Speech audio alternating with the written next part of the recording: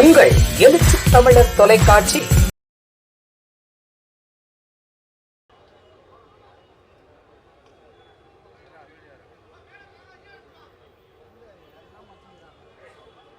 முழு மதுவிலக்கை நடைமுறைப்படுத்த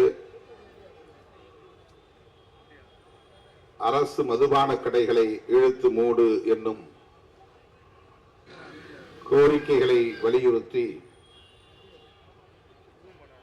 விடுதலை சிறுத்தைகளின் சார்பில் ஒருங்கிணைக்க பெற்று நடைபெற்றுக் கொண்டிருக்கிற இந்த ஆர்ப்பாட்டத்தில் நம்முடைய அழைப்பை ஏற்று வருகை இருந்து பங்கேற்று இந்த கோரிக்கைகளுக்கு வலுவூட்டக்கூடிய வகையிலே உரையாற்றி அமர்ந்திருக்கிற இந்திய கம்யூனிஸ்ட் கட்சியின் மாநில துணை செயலாளர் தோழர் மு வீரபாண்டியன் அவர்களே, எனக்கு முன்னர் இங்கே மிகச் சிறப்பான ஒரு உரையை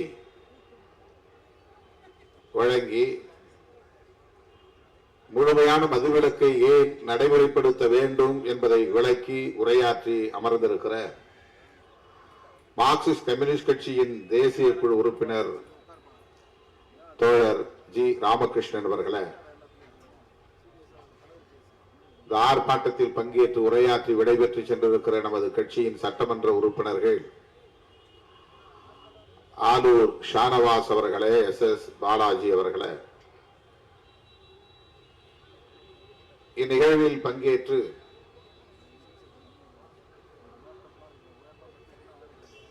உரையாற்றி அமர்ந்திருக்கிற கட்சியின் துணை பொதுச் செயலாளர்கள் வன்னியரசு அவர்களே, ஆதவ் அர்ஜுன் அவர்களே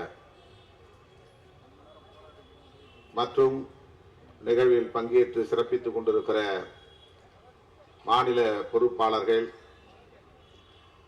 கு.க. பாவலன் அவர்களே, பாலசிங்கம் அவர்களே, சேக்வேரா அவர்களே, தகடூர் தமிழ்ச்செல்வன் அவர்களே, எழில் கரோலின் அவர்களே, தமிழினியன் அவர்களே, சூகா விடுதலை செழியன் அவர்களே, ஆதிமொழி அவர்களே, சங்கத்தமிழன் அவர்களே, அப்துல் ரகுமான் அவர்களே, சிபி சந்தர் அவர்களே மற்றும் கட்சியின் முன்னோடிகளே, இந்நிகழ்வை 2 நாள் இடைவெளியில் ஒருங்கிணைத்திருக்கிற வெற்றிகரமாக இதனை நடத்தி கொண்டிருக்கிற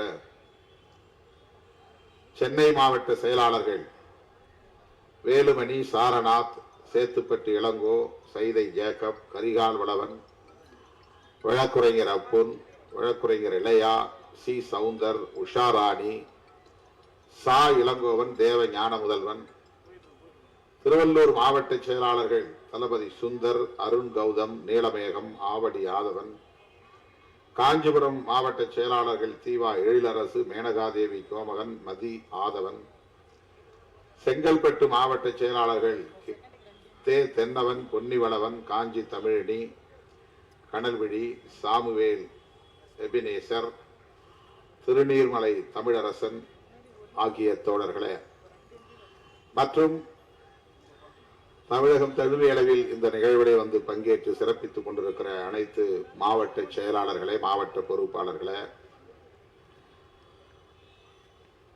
அழைக்கும் போதெல்லாம் ஓடோடி வந்து மாநாடாக இருந்தாலும் ஆர்ப்பாட்டமாக இருந்தாலும் பங்கேற்று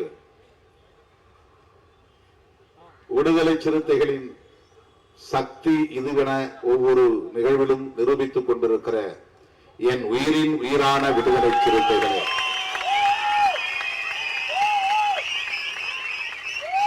உங்கள் அனைவருக்கும் என்னுடைய பணிவார்ந்த வணக்கத்தை தெரிவித்துக் கொள்கிறேன். இன்றைக்கு நாடாளுமன்றம் கூடியிருக்கிறது. 18வது மக்களவை.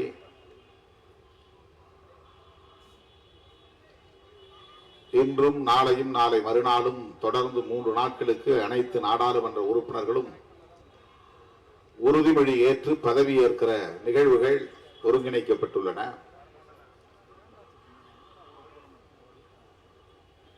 இந்த நாளில் இந்த ஆர்ப்பாட்டத்தை நாம் அறிவிக்கக்கூடிய அளவுக்கு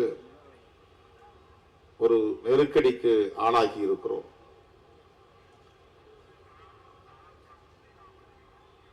இருபதாம் தேதி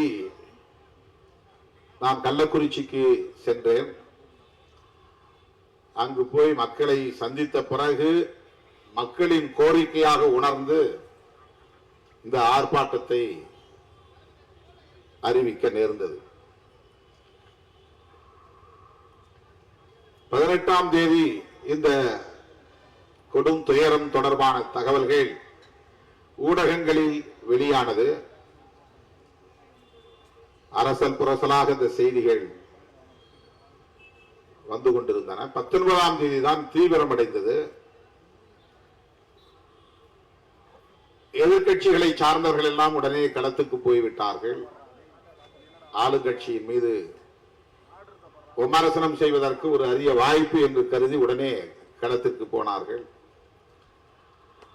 ஏற்கனவே ஒப்புக்கொண்ட நிகழ்ச்சிகள் மற்றும் தவிர்க்க முடியாத பல காரணங்களால் நான் 20ஆம் தேதி மாலைதான் அங்கே செல்ல முடிந்தது.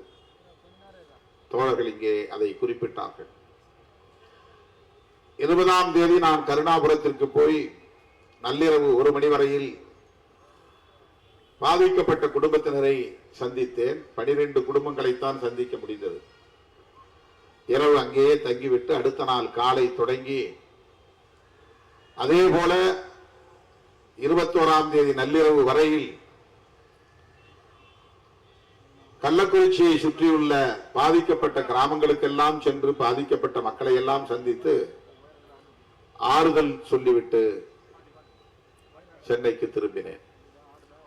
ஏறத்தாழ 57 குடும்பங்களை சந்தித்தோம். பாதிக்கப்பட்டவர்கள் அனைவரும் தலித்துகள், ஆதி திராவிடர்கள் என்று சொல்லப்படுகிறது. பாதிக்கப்பட்டவர்கள் அனைவரும் எளிய மக்கள், உழைக்கும் தொழிலாளர்கள் என்றுதான் புரிந்து கொள்ள வேண்டும். காட்டுநாயக்கர் சமூகத்தை சார்ந்த 12 குடும்பத்தினர் உயிர் பலி ஆகியிருக்கிறார்கள். வன்னியர் சமூகத்தை சார்ந்தவர்கள் 10க்கும் மேற்பட்டவர்கள் பலியாகி இருக்கிறார்கள். 15. மாதவச்சேரின்னு ஒரு கிராமம் கள்ளக்குறிச்சியிலிருந்து 30 கிலோமீட்டருக்கு அப்பால் இருக்கிறது. அந்த ஊருக்கு செல்லுகிற வழியிலே தேவபாண்டலம், அந்த ஊரில் ஒருவர் இறந்து போனார். அவர் ஒரு இஸ்லாமிய சகோதரர், அன்வர் பாஷா என்று ஒரு எளிய குடும்பத்தை சார்ந்தவர். அதற்கு அடுத்த கிராமம் சேஷ சமுத்திரம் என்ற ஒரு கிராமம். அங்கே 2 பேர் இறந்து விட்டார்கள். ஒரு குடும்பம் தான் அங்கே இருக்கிறது, இன்னொரு குடும்பம் யாருமே இல்லை, இறந்து போனார்கள். உறவினர்கள் வந்தார்கள், அடக்கம் செய்துவிட்டு போய்விட்டார்கள். அந்த ஊரில் யாரும் இல்லை. அந்த 2 பேருமே வன்னியர் சமூகத்தை சார்ந்தவர்கள். அந்த குடும்பத்தை, ஒரு குடும்பத்தை மட்டும் சந்தித்து ஆறுதல் சொல்லிவிட்டு திரும்பினோம். மாதவச்சேரி என்கிற கிராமத்தில் 6 பேர் உயிரிழந்திருக்கிறார்கள். 6 பேரும் வன்னிய சமூகத்தை சார்ந்த ஏழை மக்கள். 6 பேரும். அதிலே முதலில் இறந்தவர் பெயர் ஜெயமுருகன். அவர் இந்த நச்சு சாராயத்தை அருந்தியதால் இறந்தார் என்று தெரிவதற்கு முன்பே வழக்கமாக இவர் குடிக்கிறவர், ஏதோ காரணத்தால் இறந்து போனார் என்று அடக்கம் செய்து விட்டார்கள். அவருக்கு அந்த 10 லட்சம் ரூபாய் இழப்பீடே கிடைக்குமா என்ற ஒரு கேள்விக்குறி. ஏனென்றால் அது பற்றிய தகவல்கள் வெளிவருவதற்கு முன்பே அவர் அடக்கம் செய்யப்பட்டு விட்ட காரணத்தினால் அந்த வழக்கு இது நச்சு சாராயத்தால் பலியானவர் என்கிற வழக்காக பதிவாகவில்லை. போஸ்ட்மார்ட்டம் செய்யப்படவில்லை, பிணக்கூர் ஆய்வு செய்யப்படவில்லை.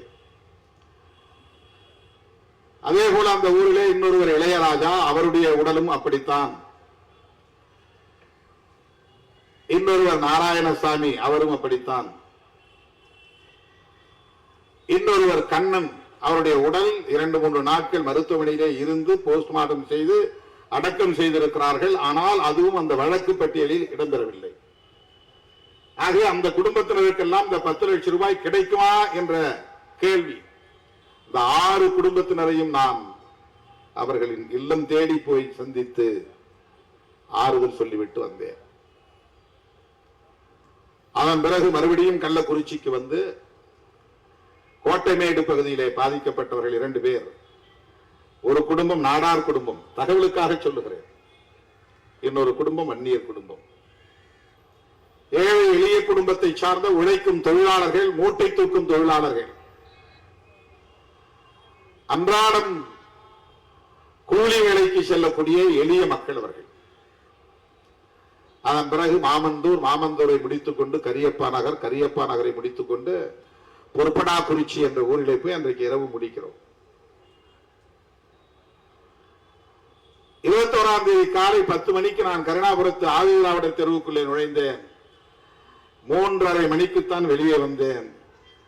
அவ்வளவு வீடுகளிலும் போய் பாதிக்கப்பட்டவர்களை சந்தித்து ஒவ்வொருவரிடத்திலும் அமர்ந்து என்ன நடந்தது என்று கேட்டு அவர்களை ஆற்றுப்படுத்தி விட்டு வந்தேன். கருணாபுரத்தில் நுழைந்தவுடனேயே முதல் வீடு சுப்பிரமணியன் வீடு. சுப்பிரமணியன் யார் என்றால் அவர் ஒரு உடையார் சமூகத்தை சார்ந்தவர். எளிய குடும்பங்களை சார்ந்த பெண்மணிகள் சூழ்ந்து கொண்டு அவர்கள் முன்வைத்த கோரிக்கை, முதலில் என்னை சந்தித்தவுடன் கைகளை கூப்பி கும்பிட்டு, ஐயா சாமி, நீங்கள் இந்த நாட்டுக்கே நல்லது செய்ய வேண்டும் என்றால் சாராய கடைகளை மூடுங்கள். இதுதான் கோரிக்கை, இதுதான் மக்கள் கோரிக்கை. கள்ளச்சாராயத்தை ஒழியுங்கள் என்பது மக்கள் கோரிக்கை அல்ல. சாராய கடைகளை மூடுங்கள் என்பதுதான் மக்கள் கோரிக்கை. அதனால்தான் சிறுத்தைகளின் போராட்டம் இங்கே அறிவிக்கப்பட்டது. அதை மறந்துவிடக் கூடாது. அந்த முதல் வீடு, கருணாபுரத்திற்குள்ளே நுழைகிற முதல் வீடு சுப்பிரமணியன். அவரும் ஒரு மூட்டை தூக்கும் தொழிலாளி தான். நூர் பாஷா என்று ஒரு மாற்றுத்திறனாளி, அவருடைய மனைவியை குடும்பத்தினரை சந்தித்தோம். 90 வயது இருக்கும் அந்த தாய், அவருடைய மாமியார். எலும்பும் தோலும் தான், அப்படியே ஒரு எலும்பு கூடு படுத்து கிடப்பது போல் படுத்து கிடக்கிறது. அந்த அம்மையார் படுத்திருந்தார். நூர் பாஷாவுக்கு குழந்தை இல்லை. இடுப்புக்கு கீழே செயலிழந்த நிலை அவருக்கு. அந்த அம்மாவுடைய தொழில் பூ கட்டி தருவது, மாலை கட்டி தருவது. அதாவது பூ வியாபாரம் அல்ல, வியாபாரம் செய்கிறவர்களுக்கு மாலை கட்டி தருகிற தொழில். பூ வியாபாரம் செய்வதற்கு ஒரு முதலீடு தேவை. அது கூட இல்லாத நிலையில் பூ வியாபாரம் செய்கிறவர்களுக்கு மல்லிப்பூவாக இருந்தாலும் சாமந்தி பூவாக இருந்தாலும் அல்லது பல பூக்களை இணைக்கிற மாலையாக இருந்தாலும் அந்த மாலைகளை எல்லாம் கட்டி தந்தால் அதற்கு ஒரு கூலி. அதுதான் அந்த குடும்பத்திற்கான வருமானம். அவர் மாற்றுத்திறனாளி என்று பதிவு செய்திருப்பதனால் மாதம் 1500 ரூபாய் அவருக்கு அரசு உதவி கிடைக்கிறது. அந்த 1500 ரூபாயோடு இவர் பூ கட்டி அதன் மூலம் கிடைக்கிற வருமானத்தை கொண்டு தனக்கும் தன்னுடைய கணவருக்கும் தன்னுடைய மாமியாருக்கும் ஒவ்வொரு நாளும் அவர் உணவு ஏற்பாடு செய்ய வேண்டும், சமைத்து தர வேண்டும், இந்த குடும்பத்தை பார்த்துக் கொள்ள வேண்டும். முதலில் இறந்தவர்கள் சுரேஷ் பிரவீன். சுரேஷ் என்கிற ஒரு இளைஞன். அவன் இறந்தது வழக்கமாக குடிக்கிறவன், ஏதோ காரணத்தால் இறந்து விட்டான் என்றுதான் அவர்கள் நினைத்தார்கள். அவனுடைய குடும்பத்தை சார்ந்தவனே பிரவீன். அவனும் குடிப்பழக்கம் உள்ளவன், அதனால் ஏதோ காரணத்தால் இறந்து விட்டான். ஏதோ காரணத்தால் குடிக்கிற பழக்கம் உள்ளவன், அதனால் ஏதோ உடலை கெடுத்து கல்லீரலை கெடுத்து உடல் உள்ளுறுப்புகளை கெடுத்து விட்டது போலும், அதனால் அவன் இறந்து விட்டான் என்று கருதினார்களே தவிர அவர்களுக்கு யாருக்கும் அந்த சாராயத்தில் மெத்தனால் என்ற ஒரு நஞ்சு கலந்திருக்கிறது என்பது தெரியாதவர்களுக்கு. அந்த 2 பேர் இறந்த உடனேயே மாவட்ட ஆட்சித்தலைவர் சொன்னது ஏதோ வயிற்றுப்போக்கின் காரணமாக இறந்தார்கள். ஏன்னா யாருக்கும் தெரியாது, மாவட்ட ஆட்சியருக்கும் தெரியாது. சாராயத்தை குடித்ததனால் அந்த சாராயத்தில் கலந்திருந்த நஞ்சுதான் இந்த சாவுக்கு காரணம் என்று உணர்வதற்கு அறிவதற்கு முன்னரே கலெக்டரும் ஒரு ஸ்டேட்மெண்ட் கொடுக்க வேண்டிய நிலைக்கு ஆளாகி இருக்கிறார். இப்படி ஒவ்வொரு வீட்டுக்குள்ளேயும் போனேன். இதுல ஒரு பெரிய வருத்தத்திற்குரிய ஒரு நிகழ்வு என்னவென்றால், இன்னொரு சுரேஷ், அவனும் இறந்து விட்டான், அவனுடைய மனைவியும் இறந்து விட்டார். அந்த மனைவியின் பெயர் வடிவுக்கரசி. அந்த வடிவுக்கரசி எப்படி இருந்தார், அவருக்கு குடிப்பழக்கம் உண்டா என்று நான் கேட்டேன். இளம் பெண். காட்டுநாயக்கர் தெருவிலே சாரதாவுக்கு இந்திராவுக்கு குடிப்பழக்கம் இருக்கிறது. 5:30 மணிக்கே எழுந்து போய் குடித்திருக்கிறார் எங்களுடைய குடும்பத்தை சார்ந்தவர்களே சொல்லுகிறார்கள். வடிவுக்கரசிக்கும் அப்படி குடிப்பழக்கம் இருக்கிறதா என்று நான் கேட்டபோது சுற்றிலும் இருந்தவர்கள் சொன்னது அதிர்ச்சியாக இருந்தது. தோழர்களே, இந்த அம்மாவுக்கு உடல் நலிவு, அவருக்கு பௌத்திரம் அடிக்கடி வலி ஏற்படுகிற போது காலை கடன் கழிக்க முடியாது. பௌத்திரம் வந்தா காலை கடன் கழிக்க முடியாது. ஓம வாட்டர் குடிக்க வேண்டும் என்று அவராக விரும்பி தன்னுடைய மகளிடத்திலே சொல்லி போய் ஓம தண்ணி வாங்கிட்டு வா. அந்த பெண் வெளியே போயிருச்சு ஓம தண்ணி வாங்குறதுக்கு. கணவன் சுரேஷ் 2 பாக்கெட் வாங்கிட்டு வந்து ஒரு பாக்கெட்டை உடைச்சி டம்ளர்ல ஊத்தி குடிச்சிட்டு அதே பாட்டில் அதே டம்ளர்ல இன்னொரு பாக்கெட்டை ஊத்தி வச்சுட்டு ஒரு போன் வந்தவனே போன் எடுத்துட்டு வெளியே போயிடுறாரு. இந்த அம்மா வெளியில இருந்து உள்ள வந்திருக்கிறாங்க. வந்ததும் அந்த டம்ளர்ல தண்ணி இருந்திருக்கு. அது ஓம தண்ணின்னு நினைச்சு எடுத்து குடிச்சிட்டாங்க. நம்ம போய் பொண்ணை வாங்கிட்டு வர சொன்னா அது வாங்கிட்டு வந்து ஊத்தி வச்சிருக்கு போல் இருக்கு, அதை குடிக்கணும்னு குடிச்சிருக்காங்க. ஓம தண்ணி மாதிரி தான், அதுவும் கலர்லெஸ். அதுல கலர் இருக்காது. ஒரு மஞ்சளா இருந்திருக்கோ அல்லது வேற மாதிரி ஏதாவது கலரா இருக்க, வெறும் அப்படி தண்ணி, தேங்காய் தண்ணி மாதிரி சொல்லுவாங்களா, அப்படி இருந்துச்சு தண்ணி. நான் அது பார்த்தேன். அந்த பாக்கெட்லாம் தூக்கி போட்டிருந்தாங்க. பாக்கெட் தூக்கி போட்ட பாக்கெட்டை எடுத்து பார்த்தா அதுல கொஞ்சம் மிச்சம் இருந்த அந்த சாராயத்தை பார்த்தேன்.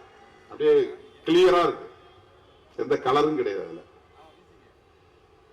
வடிவுக்கரசி அதனால் இறந்து போனார். சுரேஷ் குடிப்பழக்கம் உள்ளவர். மனைவி வடிவுக்கரசி ஓமத்தண்ணி என்று குடித்து இறந்து போனார். இப்படி ஒவ்வொரு வீட்டுக்குள்ளேயும் நுழைந்து ஒவ்வொருவரையும் தனித்தனியே சந்தித்து 70 வயது வரை முதிர்ந்த நபர்களும் இந்த குடிப்பழக்கத்திற்கு ஆளாகி இருக்கிறார்கள். 30 வயதுக்குட்பட்ட இளைஞர்களும் இளம் பெண்களும் இந்த குடிப்பழக்கத்திற்கு ஆளாகி இருக்கிறார்கள்.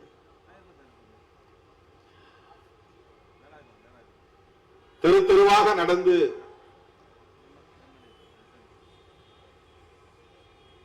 சிறுவங்கூர் என்ற ஒரு கிராமம், மாடூர் என்ற ஒரு கிராமம், வீரசோழபுரம் என்ற ஒரு கிராமம், இதெல்லாம் அந்த கள்ளக்குறிச்சியை சுற்றியுள்ள கிராமங்கள். இந்த கிராமங்களில் எல்லாம் போய் பார்த்தேன். ஒவ்வொரு குடும்பத்தினரையும் பார்த்தேன். இன்னும் பலர் ஆபத்தான நிலையிலே இருக்கிறார்கள் என்று வந்து தாய்மார்கள் காலிலே விழுந்து கதறுகிறார்கள், கையெடுத்து கும்பிடுகிறார்கள். எப்படியாவது என் பேரப்பிள்ளையை காப்பாத்து, எப்படியாவது என் புருஷனை காப்பாத்து. ஆபத்திலே இருப்பவர்களை காப்பாற்றுங்கள் என்று சொல்லுகிற குரலுக்கு அடுத்து ஓங்கி உரத்து ஒலித்த குரல் சாராய கடைகளை மூடுங்கள் என்பதுதான். அன்றைக்கு இரவே நான் கள்ளக்குறிச்சி அரசு மருத்துவமனைக்கு போனேன். நூற்றுக்கணக்கானவர்கள் அங்கே அனுமதிக்கப்பட்டிருந்த நிலையில் 18 பேர் வெண்டிலேட்டர் பொருத்தப்பட்டு செயற்கை சுவாசத்தில் கிடத்தப்பட்டிருந்தார்கள். ஐசியூல இருந்தாங்க, தீவிர சிகிச்சை பிரிவிலே இருந்தார்கள். 18 பேரையும் தனித்தனியாக பார்த்தேன். அதிலே தலித்துகளும் உண்டு, தலித் அல்லாதவர்களும் உண்டு, இளைஞர்களும் உண்டு. பெரும்பாலும் அவ்வளவு பேருமே மூட்டை தூக்கக்கூடிய தொழிலாளர்களாக இருக்கிறார்கள், அல்லது கொத்து வேலை செய்யக்கூடிய தொழிலாளர்களாக இருக்கிறார்கள், ஓட்டுநர்களாக இருக்கிறார்கள், எலக்ட்ரிஷியன் தொழிலை செய்யக்கூடியவர்களாக இருக்கிறார்கள், பிளம்பிங் குடிநீர் பைப்புகளை சரி செய்கிற வேலையை செய்யக்கூடியவர்களாக இருக்கிறார்கள். ஒரு நாளைக்கு 200 ரூபாயிலிருந்து 600 ரூபாய் வரையில் சம்பாதிக்கக்கூடிய வேலைகள். ஏன் இப்படி இவர்கள் குடிக்கிறார்கள் என்று கேட்பதற்கு அவர்கள் சொன்ன காரணம், 60 ரூபாய்க்கு இது கிடைக்குது, ஒரு பாக்கெட் 60 ரூபாய். எவ்வளவு ஒரு பாக்கெட், எவ்வளவு அளவு இருக்கும், 200 மில்லி இருக்கும். வாங்கிட்டு வந்து வீட்டில் வச்சுட்டு சாயந்தரம் குடிக்கிறவங்க இருக்கிறாங்க, இரவு குடிக்கிறவங்க இருக்கிறாங்க, அடுத்த நாள் குடிக்கிறவங்க இருக்கிறாங்க. எத்தனை மணிக்கு இந்த வியாபாரம் தொடங்குகிறது? அதிகாலை 4:30 மணிக்கு தொடங்குகிறது. இந்த வியாபாரம் அதிகாலை 4:30 மணிக்கு பிரம்ம முகூர்த்தத்திலே தொடங்குகிறது. 5 மணிக்கு எப்படி போய் குடிக்கிறாங்க? எழுந்து முகம் கழுவணும், தண்ணி எடுத்து வாய் கொப்பளிக்கணும், அப்புறம் ஒரு டம்ளர் தண்ணி குடிக்கணும். இதுதான் வழக்கமா நாம செய்யக்கூடிய வேலை. ஆனால் அவர்கள் எழுந்து வாய் கொப்பளிப்பதே சாராயத்தில் தான் கொப்பளிக்கிறார்கள். அப்படி மூளையை கடிச்சு வாயில கொப்பிடிச்சு ஊத்திட்டு மிச்சத்தை குடிச்சிடுறது. சாராயம்னு கேட்கறதுல மூளை கடிச்சா இருக்கா அப்படின்னு தான் கேட்கறாங்க. மூளை கடிச்சா கிடைக்குமா? மூளை கடிச்சான்னா அந்த பாக்கெட்ல 2 பக்கம் மூளை இருக்கும் இல்லையா, மேல பிடிச்சி கட்டிடுறாங்க. இந்த பக்கம் ஒரு கார்னர், இந்த பக்கம் ஒரு கார்னர். ஏதாவது ஒரு மூளையை கடிச்சிட்டு அப்படியே குடிச்சிடுறது சார், அவ்வளவுதான். மிச்சம் இருந்தா கூட தூக்கி போட்டு போயிருது. இதெல்லாம் அந்த 2 நாள் நான் களத்திலே நின்று மக்களை சந்தித்த போது கிடைத்த தகவல்கள். யார் விற்பனை செய்தவன்? கண்ணுக்குட்டி. அவன் பேர் கோவிந்தராஜ். அவனுக்கு பட்ட பெயர் கண்ணுக்குட்டி. அவன் பேட்டி கொடுத்திருக்கிறான். 25 வருஷமா நான் வியாபாரம் பண்றேன், ஆனா நான் சாராயம் குடிச்சதில்லைன்னு இருக்கான். அவன் எவ்வளவு பெரிய ஆள் பாருங்க, அவன் எவ்வளவு பெரிய கெட்டிக்காரன் பாருங்க. 25 வருஷமா அந்த தொழில் செய்யறான்னா 25 வருஷமாவா தமிழ்நாடு முதலமைச்சர் தளபதி ஸ்டாலின் முதலமைச்சரா இருக்கிறாரு? 25 வருஷமா அந்த வியாபாரம் நடக்குது அங்க. 25 வருஷமாவா தொடர்ந்து திமுக ஆட்சியில் இருக்கு? அதல்ல. அதுக்கு பிறகு ஒரு தகவல் கிடைக்குது. என்ன தகவல் கிடைக்குதுன்னா, மாதவச்சேரிக்கு போன பிறகு ஒரு தகவல் கிடைக்குது. மாதவச்சேரியில இறந்து போனவங்க எல்லாம் கருணாபுரம் போய் குடிச்சிட்டு வந்தாங்களான்னு நான் கேட்டேன். இல்ல சார், இங்கே விற்கிறாங்க சார், இப்ப சுடுகாட்டுல வித்துக்கிட்டு இருக்குது, இப்ப வித்துக்கிட்டு இருக்குதுன்றான். இங்க யாரு கொண்டாந்து விற்கிறாங்க? இங்க ஒரு சின்னதுரைன்னு ஒரு ஆள் இருக்கிறான். அவன் யார்? சேஷசமுத்திரம். அவனை போலீஸ் கைது பண்ணிட்டாங்க. அவன் தலிதா? இல்லை, அவன் வன்னியர் சமுதாயத்தை சேர்ந்தவன் தான். அவன் தான் இங்க முக்கியமான சப்ளையர். அவன்கிட்ட இருந்து தான் கண்ணுக்குட்டி வாங்கிட்டு போறான். சின்னதுரையிட்ட போய் கண்ணுக்குட்டி வாங்கிட்டு கருணாபுரத்தில் விற்கிறான். மாதவச்சேரியிலேயே கிடைக்கிறது.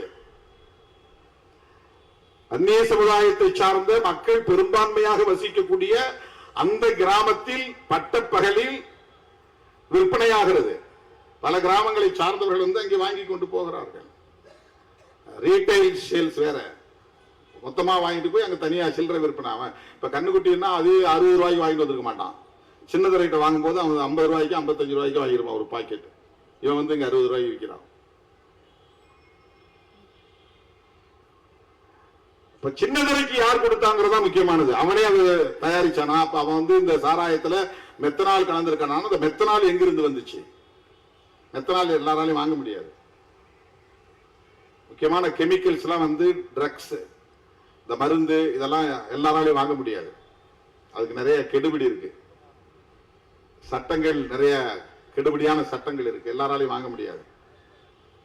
சில முக்கியமான மருந்தெல்லாம் மெடிக்கல்ல போனா உங்களுக்கு கொடுக்க மாட்டாங்க. ஆல்கஹால் மிக்ஸ்டு மெடிசின்ஸ் நிறைய இருக்கு. இன்ஜெக்ஷன் மெடிக்கல் பர்பஸ் போற இன்ஜெக்ஷனே ட்ரக்ஸ் தான். அதுக்கு நிறைய பேர் அடிக்ட் ஆகிறவங்களா இருக்கான். பெத்தடின்னு ஒரு ஊசி இருக்குது, அதை நீ போய் கேட்டா மெடிக்கல்ல கொடுக்க மாட்டாங்க. அனஸ்டாட்டிக்ஸ், இந்த மயக்க மருந்து ஊசி, மயக்க ஊசி போடுற மருத்துவர்கள்லாம் இருக்காங்க இல்லையா, அவங்க பயன்படுத்துற அந்த இன்ஜெக்ஷன்லாம் நீங்க யாரும் கேட்டு வாங்க முடியாது. கரெக்டா முதுகு தண்டுல போடுவாங்க, உனக்கு மயக்கம் வந்துடும். 3 மணி நேரமோ 6 மணி நேரமோ உனக்கு ஆபரேஷன் பண்றதால நீ மயக்க நிலையிலே இருப்ப, உனக்கு என்ன நடந்தாலும் தெரியாது. அந்த மாதிரி மருந்தை நாம போய் பிரெஸ்கிரிப்ஷன் வாங்கிட்டு போய் கூட வாங்க முடியாது. பிரெஸ்கிரிப்ஷன் கொடுக்க மாட்டாங்க, டாக்டர்ஸ் எழுதி கொடுக்க மாட்டாங்க. மெத்தனால் என்கிற அந்த நச்சு பொருள் அது ஆல்கஹால் தான். மீத்தைல் ஆல்கஹால் அப்படிங்கிறது தான் மெத்தனால் அப்படின்னு அழைக்கப்படுகிறது. எத்தில் ஆல்கஹால் அப்படிங்கிறது தான் எத்தனால் என்று அழைக்கப்படுகிறது. ஆல்கஹால் அப்படின்னா நாம தமிழ்ல சாராயம் சொல்றோம். சாராயம் சொல்றோம். 100% எத்தைல் ஆல்கஹால் தான் அது எரி சாராயம், ரெக்டிஃபைட் ஸ்பிரிட் அப்படின்னு சொல்லுவாங்க ஆங்கிலத்தில், RS. அது பவுடராகவும் இருக்கும், லிக்விடாகவும் கிடைக்கும். டேங்கரா போய்கிட்டு இருக்கும். பார்மாசூட்டிக்கல் கம்பெனி, மருந்து தயாரிக்கக்கூடிய கம்பெனிகளில் அது அதிகம் பயன்படுத்தப்படும். மது தயாரிக்கப்படுகிற கம்பெனிகளுக்கு அது பயன்படுத்தப்படும்.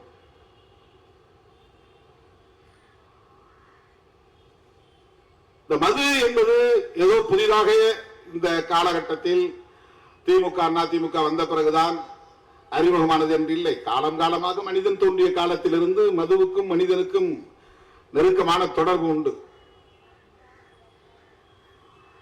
அதனால்தான் 2000 ஆண்டுகளுக்கு முன்னாலேயே வள்ளுவன், ஐயன் திருவள்ளுவன் மதுவுக்கு எதிராக ஒரு அதிகாரத்தை வைத்திருக்கிறான். கல்லுண்ணாமை.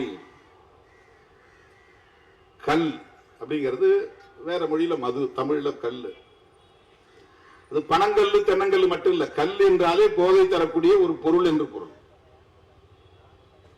கல்லுன்னா வெறும் கல்லு மட்டும் குறிக்கிறது அல்ல, கல்லு என்பது மதுவின் இன்னொரு பெயர். அது கல்லுண்ணாமை என்பது மது அருந்தாமை. வெவ்வேறு முயற்சிகளை ஏற்படுத்தி வெவ்வேறு வடிவங்களில் போதைக்கான பொருளை அப்பவே மனுஷன் தேடி இருக்கிறான். வெறும் கல்லு குடிச்சா போதெல்லாம் ஏறாது.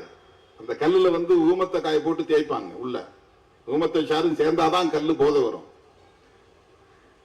கல்லு வெறும் கல்லு குடிச்சா போதையே ஏறாது. அது ஒரு புளிச்ச நீராகாரத்தை குடிச்ச மாதிரி இருக்கும். அது ஒரு மரத்துல நிறைய கல்லு கிடைக்காது. லிட்டர் லிட்டரா லட்சக்கணக்கான லிட்டர் தேவைப்படக்கூடிய இடத்துல நீங்க மரத்திலையும் தென்னை மரத்திலையும் கல் இறக்கி எப்படி சப்ளை பண்ண முடியும்? பத்தாது. அந்த காலத்திலேயே கல்லு போதை தரக்கூடிய பொருளாக பயன்படுத்தப்பட்டிருக்கிறது. இந்த போதையை தருவதற்கு என்னென்ன பொருளை சேர்க்க முடியுமோ கள்ளச்சாராயம் காய்ச்சக்கூடியவர்கள் அவங்க ஒரு பொருளை போட்டு ஊறல், அது பேரு ஊறல்னு பேரு, ஊற வைப்பான். பெரிய பெரிய டேங்கர்ல போட்டு பெரிய பெரிய பேரல் இருக்கு பாருங்க, இந்த தார்லாம் வரக்கூடிய டின் இருக்கு பாருங்க, அதெல்லாம் சுத்தம் பண்ணிட்டு அதுல தான் போட்டு ஊற வைப்பான். அதுல பன்னி விட்டையும் கலக்குறான். போதை தர்றதுக்கு ஊரல் தயாரிப்பதில் பன்னி விட்டையும் கலக்குறான், பேட்டரி செல் கலக்குறான். பல மரங்களுடைய நார்கள், நாவப்பட்ட, வேலம்பட்ட, பெரிய பெரிய மரங்கள்ல பட்டையை உரிச்சு அந்த பட்டையை போல நசுக்கி உள்ள போடுவான். சாராயம் காய்ச்சறதுல அதை பல நாட்கள் ஊற வைக்கணும், மாத கணக்கில் ஊற வைக்கணும், மண்ணுக்கு அடியில் புதைச்சு வைப்பான். அப்புறம் தான் அதை காய்ச்சி அந்த ஆவி வெளியே வரும்போது அதை குளிர வச்சு தண்ணியா வடிச்சு எடுப்பான். சாராயம் காய்ச்சறது ஒரு பெரிய தொழில். அது காலங்காலமாக இருந்து வருகிறது, இப்போது இல்லை. இதெல்லாம் மனுஷன் தன்னுடைய முயற்சி அப்பவே கண்டுபிடிச்சிருக்கான். எதெல்லாம் போட்டா போதை ஏறுன்னு அவனுக்கு தெரியும். இப்ப டர்பன்டைன்ல பயன்படுத்துறாங்க. அந்த பெயிண்ட் எல்லாம் அடிக்கிறாங்க பாருங்க, அந்த பெயிண்ட் எல்லாம் எடுத்து பயன்படுத்துறாங்க. அதுல இருந்து எடுத்து போதையை பிரிக்கிறாங்க. எல்லாத்திலையும் ஆல்கஹால் மிக்ஸ்ட். இந்த நீங்க பெயிண்ட் அடி வார்னிஷ் அடிக்கும் போதே ஒரு ஸ்மெல் வரும் பாருங்க, அதெல்லாம் ஆல்கஹால் மிக்ஸ்ட். அது இந்த ஆல்கஹாலை பிரிக்கிறது. மெயினா ஆல்கஹால் எதுல இருந்து தயாரிக்கிறாங்கன்னா கரும்பு சாறுல இருந்து தான் தயாரிக்கிறாங்க. கரும்பை அரைக்கும் போது சக்கரை வெளியே வந்த பிறகு அது மொத்தமும் சர்க்கரை ஆகிறது இல்லை. அதுல மொலாசஸ் ஒரு பிரிவு தனியா எடுக்கிறாங்க. அதை வடிச்சு அதுல இருந்து தான் ஆல்கஹால் எடுக்கிறாங்க. சுகர் ஃபேக்டரியில வெறும் சர்க்கரை மட்டும் உற்பத்தி ஆகிறது இல்லை. சுகர் ஃபேக்டரி சர்க்கரை ஆலையில மிக முக்கியமான உற்பத்தியே மொலாசஸ் தான். இந்த மொலாசஸ் எதுக்காகனா ஆல்கஹால் உற்பத்தி பண்றதுதான். இந்த ஆல்கஹால் சாராயம் தயாரிக்க, மது தயாரிக்கும் பயன்படுத்தப்படுகிறது, மருந்து தயாரிப்பதற்கும் பயன்படுத்தப்படுகிறது. மெடிசின்ஸ், மாத்திரையா இருந்தாலும் சரி, இன்ஜெக்ஷன் ஊசி போடக்கூடிய மருந்தாக இருந்தாலும் சரி.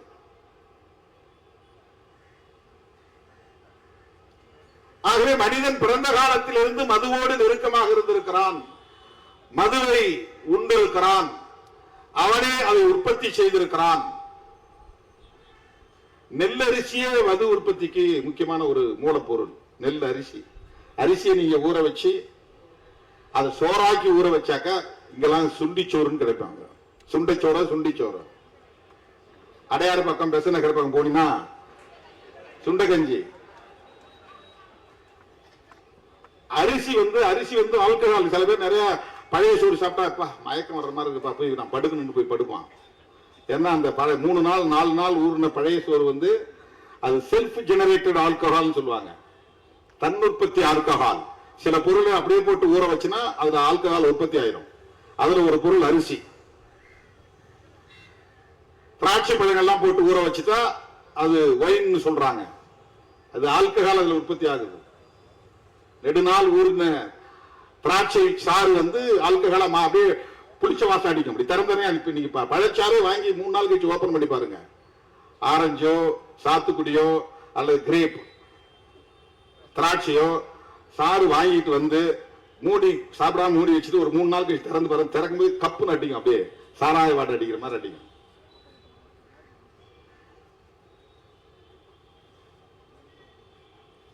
ஆல்கஹால் தான். ஆகவே இந்த மது என்பது மனிதன் பிறந்த காலத்திலிருந்து மனிதனை கண்டுபிடித்து அதை பல்வேறு வடிவங்களில் உற்பத்தி செய்திருக்கிறான், குடித்திருக்கிறான், தொடர்ந்து குடித்து வருகிறான். இது அனைவரும் ஒப்புக்கொள்ள வேண்டிய உண்மை. அதனால்தான் 2000 ஆண்டுகளுக்கு முன்னால் ஐயன் திருவள்ளுவன் 133 அதிகாரங்களை எழுதிய அந்த திருக்குறளில் ஒரு அதிகாரம் கல்லுண்ணாண்மை. அவன் மதுவிலக்கு கொள்கை. அவர்களின் வாரிசுகள் நாம் மதுவிலக்கு கொள்கையை பேசுகிறோம்.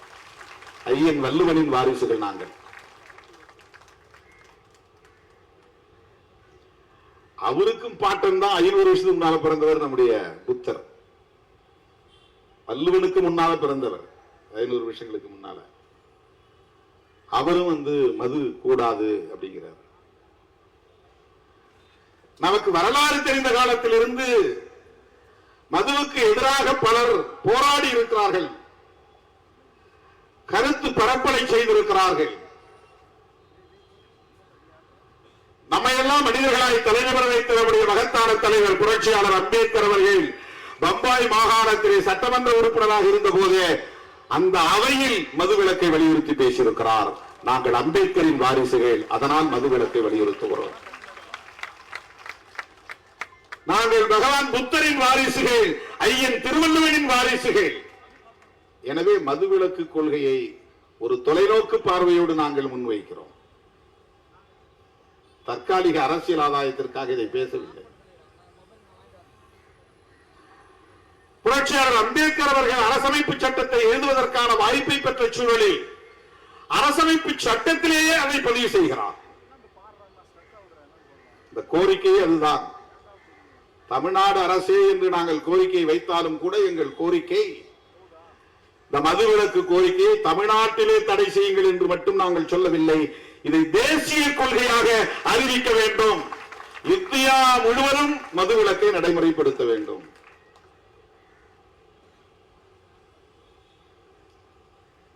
காலம் காலமாக இது பேசப்பட்டு வந்திருக்கிறது, விவாதிக்கப்பட்டு வந்திருக்கிறது. அரசமைப்பு சட்டத்தை விவாதிக்கிற போது, அரங்கேற்றுகிற போது நடந்த விவாதங்களில் கருத்து பகிரப்பட்டு இருக்கிறது. டைரக்டிவ் பிரின்சிபல்ஸ் என்று ஒரு பகுதி இருக்கிறது. வழிகாட்டும் நெறிமுறைகள் மாநில அரசுகளுக்கு வழிகாட்டக்கூடியது, இந்திய ஒன்றிய அரசுக்கு வழிகாட்டக்கூடியது. ஆர்டிகிள் 47 47 அதுல என்ன சொல்லுகிறது, என்ன சொல்லி இருக்கிறார்கள் என்றால், என்ன சொல்லி இருக்கிறார் புரட்சியாளர் அம்பேத்கர் அவர்கள் என்றால், ஏன்னா அவர் வகுத்தளித்த வரையறுத்த சட்டம் தான் அரசமைப்பு சட்டம். இன்றைக்கு அந்த சட்டத்தை ஏந்தி கொண்டுதான் ராகுல் காந்தி, சோனியா காந்தி, மல்லிகார்ஜுன் கார்கே, திராவிட முன்னேற்ற கழகம், விடுதலை சிறுத்தைகள் கட்சி என்று இந்தியா கூட்டணியை சார்ந்த அனைவரும் காந்தி சிலை நிறுவப்பட்டிருந்த இடத்திலிருந்து ஊர்வலமாக சட்டத்தை கையில் ஏந்தி கொண்டு நாடாளுமன்றத்திற்குள்ளே நுழைந்தோம். 10 ஆண்டுகளுக்கு முன்பு விடுதலை சிறுத்தைகள் எழுப்பிய முழக்கம் இன்றைக்கு நாடு வேறு அளவிலே நடைமுறைக்கு வந்திருக்கிறது. அரசமைப்பு சட்டத்தை பாதுகாப்போம்.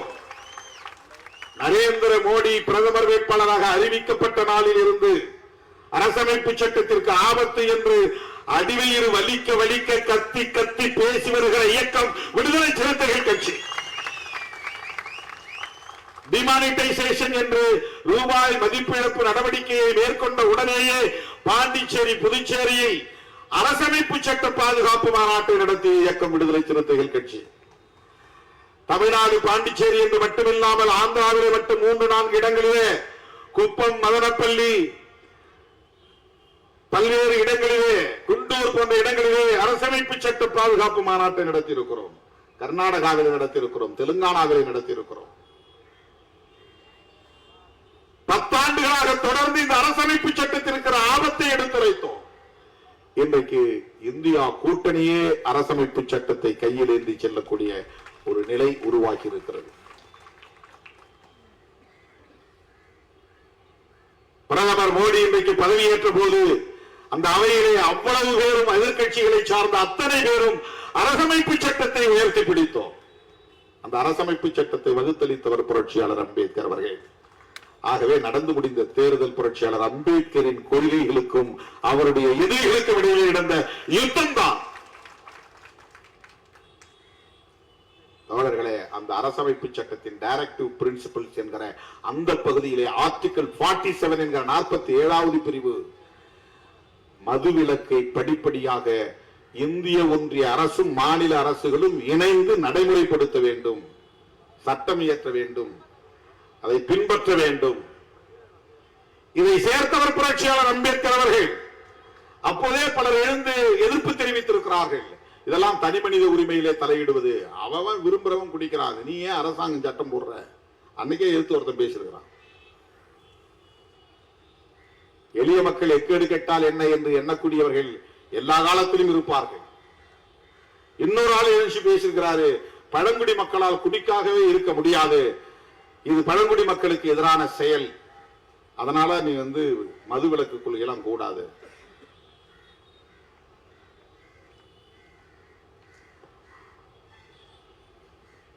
புரட்சியாளர் அம்பேத்கர் அவர்கள் அதிலிருந்து சமரசம் செய்து கொள்ளவில்லை, விடாப்பிடியாக இருந்தார். அதனால் அரசமைப்பு சட்டத்திலே அது இணைக்கப்பட்டது. 47வது ஆர்டிகிள். அந்த அடிப்படையில் தான் இன்றைக்கு இந்தியா முழுவதும் தோழர்களே நார்காட்டிக்ஸ் என்ற ஒன்று, போதை பொருள் சம்பந்தமான நார்காட்டிக்ஸ் கண்ட்ரோல் பீரோ அப்படின்னு ஒரு அமைப்பு, ஒரு நிறுவனமே உருவாயிருக்கு. நார்காட்டிக்ஸ் வெறும் சாராயம் மட்டும் இல்ல, அனைத்து வகையான போதைப் பொருள்களையும் கட்டுப்படுத்தக்கூடிய ஒரு மையம்.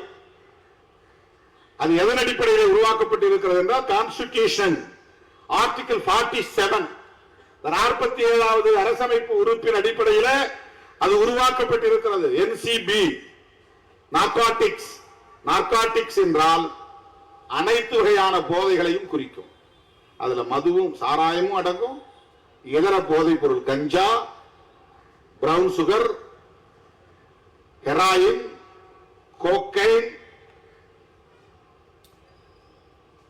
இப்படி பல பொருள் இருக்கு, வாயில நுழையாத பொருள்.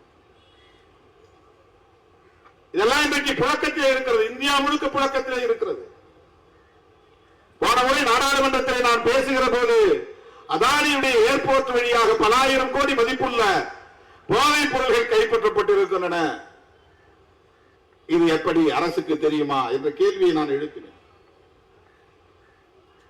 இந்த போதைப் பொருள்கள் வணிகம் என்பது மிகப்பெரிய ஒரு நெட்வொர்க். அது தடை செய்யப்பட்டிருக்கிறது, சட்டம் இருக்கிறது, ஆனாலும் புழக்கத்திலே இருக்கிறது, பயன்பாட்டிலே இருக்கிறது. இன்றைக்கு பள்ளிக்கூடங்கள் வரையில், கிராமப்புறத்து பள்ளிக்கூடங்கள் வரையில் ஊடுருவி இருக்கிறது. அதைவிட பெரிய வேதனை என்னவென்றால், பெண் பிள்ளைகளே இன்றைக்கு போதைப் பொருள்களை பயன்படுத்தக்கூடிய அளவுக்கு பள்ளி மாணவிகளே போதைப் பொருள்களை பயன்படுத்தும் நிலை உருவாகி இருக்கிறது. இந்தியா முழுவதும் இருக்கிறது. இதை பற்றிய கவலை இன்றைக்கு திமுக அரசை கடுமையாக விமர்சிக்கக்கூடிய அண்ணாமலை, எடப்பாடி போன்றவர்களுக்கு உண்டா என்ற கேள்வியைத்தான் நாங்கள் எழுப்புகிறோம். திமுகவுக்கு வக்காலத்து வாங்கி அல்ல, இது நாடு தழுவிய பிரச்சனை, இது மக்களின் பிரச்சனை, உழைக்கும் மக்களின் பிரச்சனை, ஒரு தேசத்தை பாழ்படுத்தும் பிரச்சனை. இது 50 பேரோ 60 பேரோ இறந்துவிட்ட பிரச்சனையைத்தான் நாம் பேசுகிறோம். லட்சக்கணக்கான இளைஞர்கள், பெண்கள் செயலிழந்தவர்களாக மாறி இருக்கிறார்கள். அது எவ்வளவு பெரிய பாதிப்பு. செத்து போன அந்த 50 பேர் அல்ல பிரச்சனை, அவனால் செத்து போயிடலாம், பிரச்சனை இல்லை. குடும்பத்தில் உள்ள பெண்களுக்கும் பிள்ளைகளுக்கும் ஒரு பாரம் தொலைந்தது என்று ஆகிவிடும். அவன் உயிரோடு இருக்கிறவர்கள் அந்த குடும்பத்துக்கு பெரிய பாரம் தான். ஒரு ட்ரங்கார்டு, குடிப்பழக்கத்திற்கு அடிமையானவன் குடி நோயாளி என்றுதான் அழைக்கப்பட வேண்டும். அவன் குடிகாரன் அல்ல, குடி நோயாளி. அவனது குடும்பத்திற்கு பெரும் பாரம். குளிக்க மாட்டான், நல்ல உடை உடுத்த முடியாது, தேவையான நேரம் உறங்க மாட்டான், பொது இடத்தில் ஒழுங்கீனமாக நடந்து கொள்வான், கண்ட இடத்தில் வீழ்ந்து கிடப்பான், ஆடை இல்லாமல் கிடப்பான். உன் புருஷன் கிடக்கிறான், வீழ்ந்து கிடக்கிறான், போய் தூக்கிட்டு வா. வாந்தி எடுத்து கிடப்பான், மலஜலம் கழித்து கிடப்பான். இதெல்லாம் குடும்பத்தின் மானம் போகிற செயல். அவனை திருத்த முடியாது. காலில் விழுந்து கதறி எழுதாலும் அவன் மாறமாட்டான். மிகப்பெரிய பாரமாக மாறுகிறான். அவன் குடும்பத்திற்கு பாரமாக மாறுகிறான் என்பதை விட ஒரு தேசத்தின் மனிதவிடம் பாதிக்கப்படுகிறது. அப்படி ஒவ்வொரு இளைஞனும் பாதிக்கப்பட்டால் யோசித்து பாருங்கள். 20 வயது 21 வயதிலே திருமணம் செய்து பெண்டாட்டி பிள்ளைகளோடு மகிழ்ச்சியாக இருக்க வேண்டியவனுக்கு குடிப்பழக்கத்திற்கு அடிமையானால் கல்யாணம் பண்ணி வைத்தாலாவது திருந்து விடுவான் என்று பெற்றோர் நம்பி அதை மறைத்து ஊரான் வீட்டு பிள்ளையை ஏமாற்றி திருமணம் செய்து கடைசியில் அந்த பெண் அந்த பிள்ளைகள் கடுமையான பாதிப்புக்கு ஆளாகக்கூடிய ஒரு நரக வாழ்க்கையை சந்திக்கக்கூடிய நிலை. குடித்துவிட்டு வருகிறவன் பெண்டாட்டியை அடிக்கிறான், பிள்ளைகளை அடிக்கிறான், பள்ளிக்கூடத்துக்கு போகாதே என்று சட்டையை கிழிக்கிறான், சான்றிதழ்கள் பெற்று வந்தால் சான்றிதழ்களை கிழிக்கிறான். இதுவெல்லாம் டொமஸ்டிக் வயலன்ஸ், குடும்பத்தில் நடக்கிற வன்முறைகள். ஆனால் அதை விட ஒரு பெரிய ஆபத்து, இந்த இளைஞர்கள் எல்லாம் எவ்வளவு பெரிய ஆற்றல், இளைஞர் சக்தி, யூத் போர்ஸ். இளைஞர்களும் இளம் பெண்களும் எவ்வளவு பெரிய ஆற்றல் மிக்கவர்கள். அவர்களால் எழுந்து நிற்க முடியாத அளவுக்கு தடுமாறி தடுமாறி விழுகிறார்கள். தன்னுடைய பெண் பிள்ளைகளை பாதுகாக்க வேண்டும் என்கிற பார்வை இல்லாமல் கிடக்கிறார்கள். அவர்கள் பட்டினி கிடக்கிறார்களா, சாப்பிடுகிறார்களா என்று கூட அவனால் தெரிந்து கொள்ள முடியவில்லை. இந்த பிள்ளைகள் படிக்க வேண்டுமே என்கிற கவலை அவனுக்கு இல்லை. அவன் அந்த குடும்பத்திற்கு மட்டுமல்ல, ஒரு தேசத்திற்கே பெரிய சொத்து. ஒவ்வொரு இளைஞனும் தேசத்திற்கான சொத்து.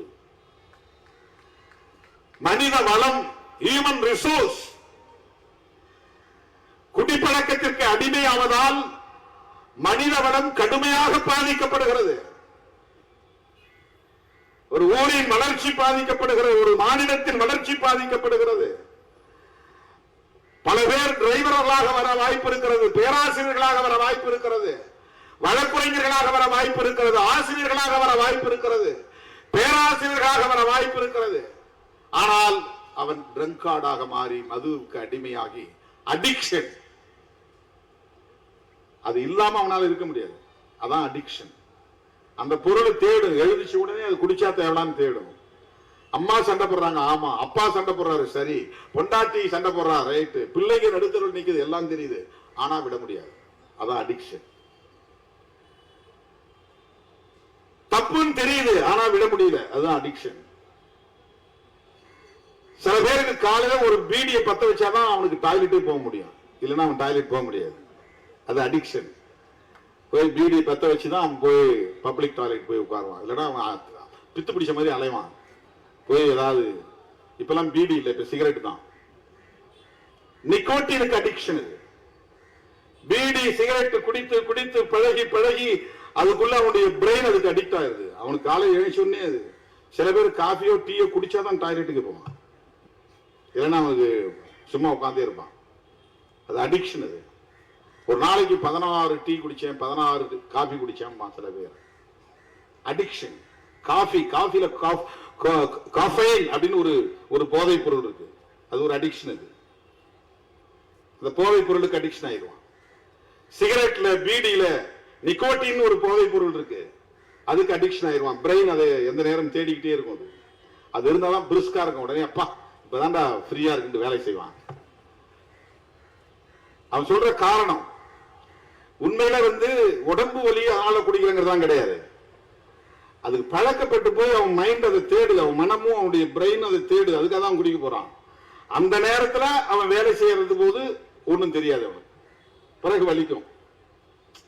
போதையில வலி மறந்துடுறதை தவிர வலியை போக்குறது இல்ல. போதை கவலையில இருப்பான், கொண்டாட்டி திட்டுறா அல்லது கடன் பிரச்சனை, பல்வேறு குடும்ப பிரச்சனைகள், அதை ஃபேஸ் பண்ண முடியாது. அவனால ஃபேஸ் பண்ண முடியாம போய் ஒரு 2 பெக்கு அடிச்சுட்டு வருவாங்க. அவர் அடிச்ச உடனே மேல போயிடுவார், அப்படியே அந்த பிரச்சனை போயிடும். அது பிரச்சனையை ஃபேஸ் பண்ண முடியாம அவன் வந்து தப்பிக்கிற வழி அது ஒரு எஸ்கேபிசம். அது வந்து அடிக்ஷன் ஆயிடும். இந்த பிரச்சனையை ஃபேஸ் பண்றதுக்கு அந்த செல்ஃப் கான்பிடன்ஸ், தன்னம்பிக்கை இழந்துவான். அவன் தன்னம்பிக்கை இழந்தான்னா அவன் எவ்வளவு பெரிய ஆஜானுபாகுவான ஆளா இருந்தாலும் அவன் வேஸ்ட். கல்லுண்ணாமைங்கிற அதிகாரத்துல ஐயன் திருவள்ளுவர் எழுதுற முதல் குறள் என்னன்னா, நீ எவ்வளவு பெரிய பணக்காரனா இருந்தாலும், எவ்வளவு பெரிய அதிகாரம் உள்ளவனா இருந்தாலும், எவ்வளவு பெரிய பதவியில நீ இருந்தாலும், நீ குடிகாரனா இருந்தால் உன் எதிரி உன்னை கண்டு அஞ்ச மாட்டான். அதான் முதல் குறளே. உன்னுடைய எதிரி உன்னை கண்டு அஞ்ச மாட்டான். நீ குடிகாரன்னா நீ உனக்கு போதை பழக்கம் இருக்கு, நீ குடிகாரனா இருக்கிறன்னு சொன்னா உன்னை கண்டு உன் பகை அஞ்சாது. பகைவன் பயப்பட மாட்டான். உட்கட்படார் என்று அந்த குறள் தொடங்குகிறது. உட்கட்படார் என்றால் உன்னை கண்டு அஞ்ச மாட்டார்கள், பயப்பட மாட்டார்கள் உன் எதிரிகள். நீ குடிகாரன் என்று தெரிந்தால், குடிப்பழக்கம் உள்ளவன் என்று தெரிந்தால், குடிப்பழக்கம் உள்ளவன் என்று தெரிந்தால் பெண்டாட்டியை மதிக்க மாட்டாள். அதுதான் முக்கியமான செய்தி. பகைவன் அஞ்ச மாட்டான் என்பது அப்புறம் இருக்கட்டும். வேஸ்ட்ல ஒரு முடிவுக்கு வந்துருவாங்க. அப்புறம் எங்க நீ வந்து பொது இடத்துல நின்று வேலை செய்ய முடியும்? உனக்கு எங்க அந்த ஒரு வில் பவர் வரும்? முடிஞ்சு. மனிதவள இழப்பு என்பது அதுதான். உன்னால எந்த வேலையும் திட்டமிட்டு செய்ய முடியாது, ஆக்கப்பூர்வமான வேலைகளில் ஈடுபட முடியாது, சம்பாதிக்க முடியாது, குடும்பத்திற்கு தேவையான பொருட்களை வாங்க முடியாது, பிள்ளைகளை படிக்க வைக்க வேண்டும் என்று திட்டமிட முடியாது, வீடு கட்ட வேண்டும் என்ற எண்ணம் இருக்காது, கார் வாங்க வேண்டும் என்கிற எண்ணம் இருக்காது, பொருளாதாரத்தில் மேம்பட வேண்டும் என்கிற ஊக்கம் இருக்காது. ஊக்கம் இழந்து போகும்.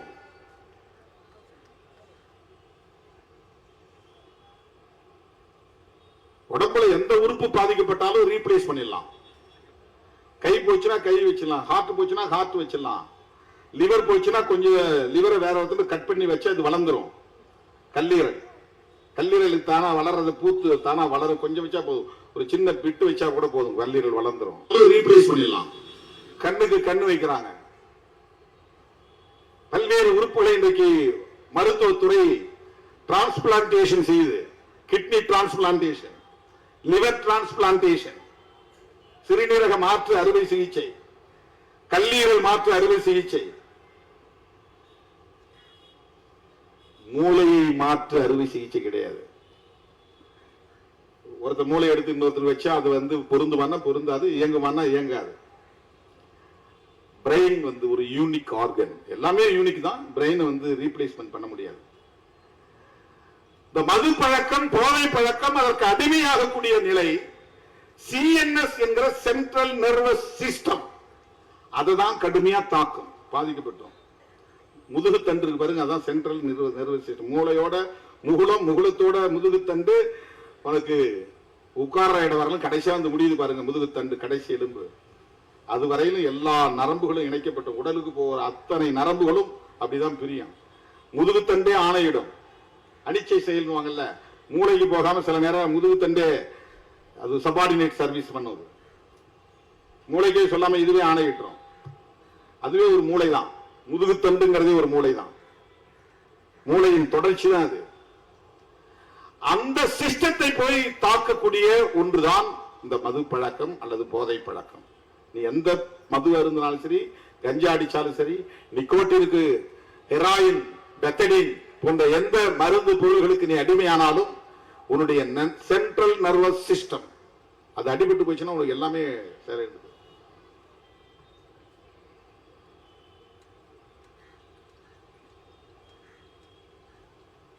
இதனால் என்ன பெரிய பாதிப்பு?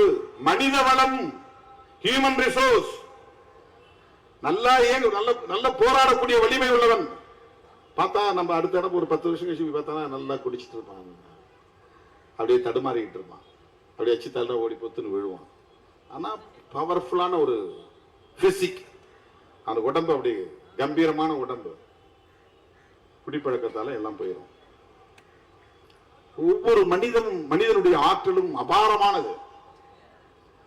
மதிப்பிட முடியாத ஆற்றல் மனித ஆற்றல். ஒரு சுரங்கத்தை வெற்றா இவ்வளவு நிலக்கரி, இத்தனை டன் நிலக்கரி இருக்கு, அது இவ்வளவு வேல்யூ இருக்குன்னு மதிப்பிட முடியும்.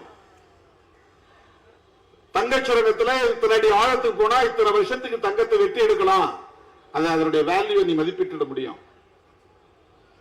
ஒரு ஏக்கர் கரும்பு போட்டா இத்தனை டன் கரும்பு வரும், அதுல இவ்வளவு சாறு கிடைக்கும், இவ்வளவு சுகர் கிடைக்கும், நீ வேல்யூ பண்ணிட முடியும்.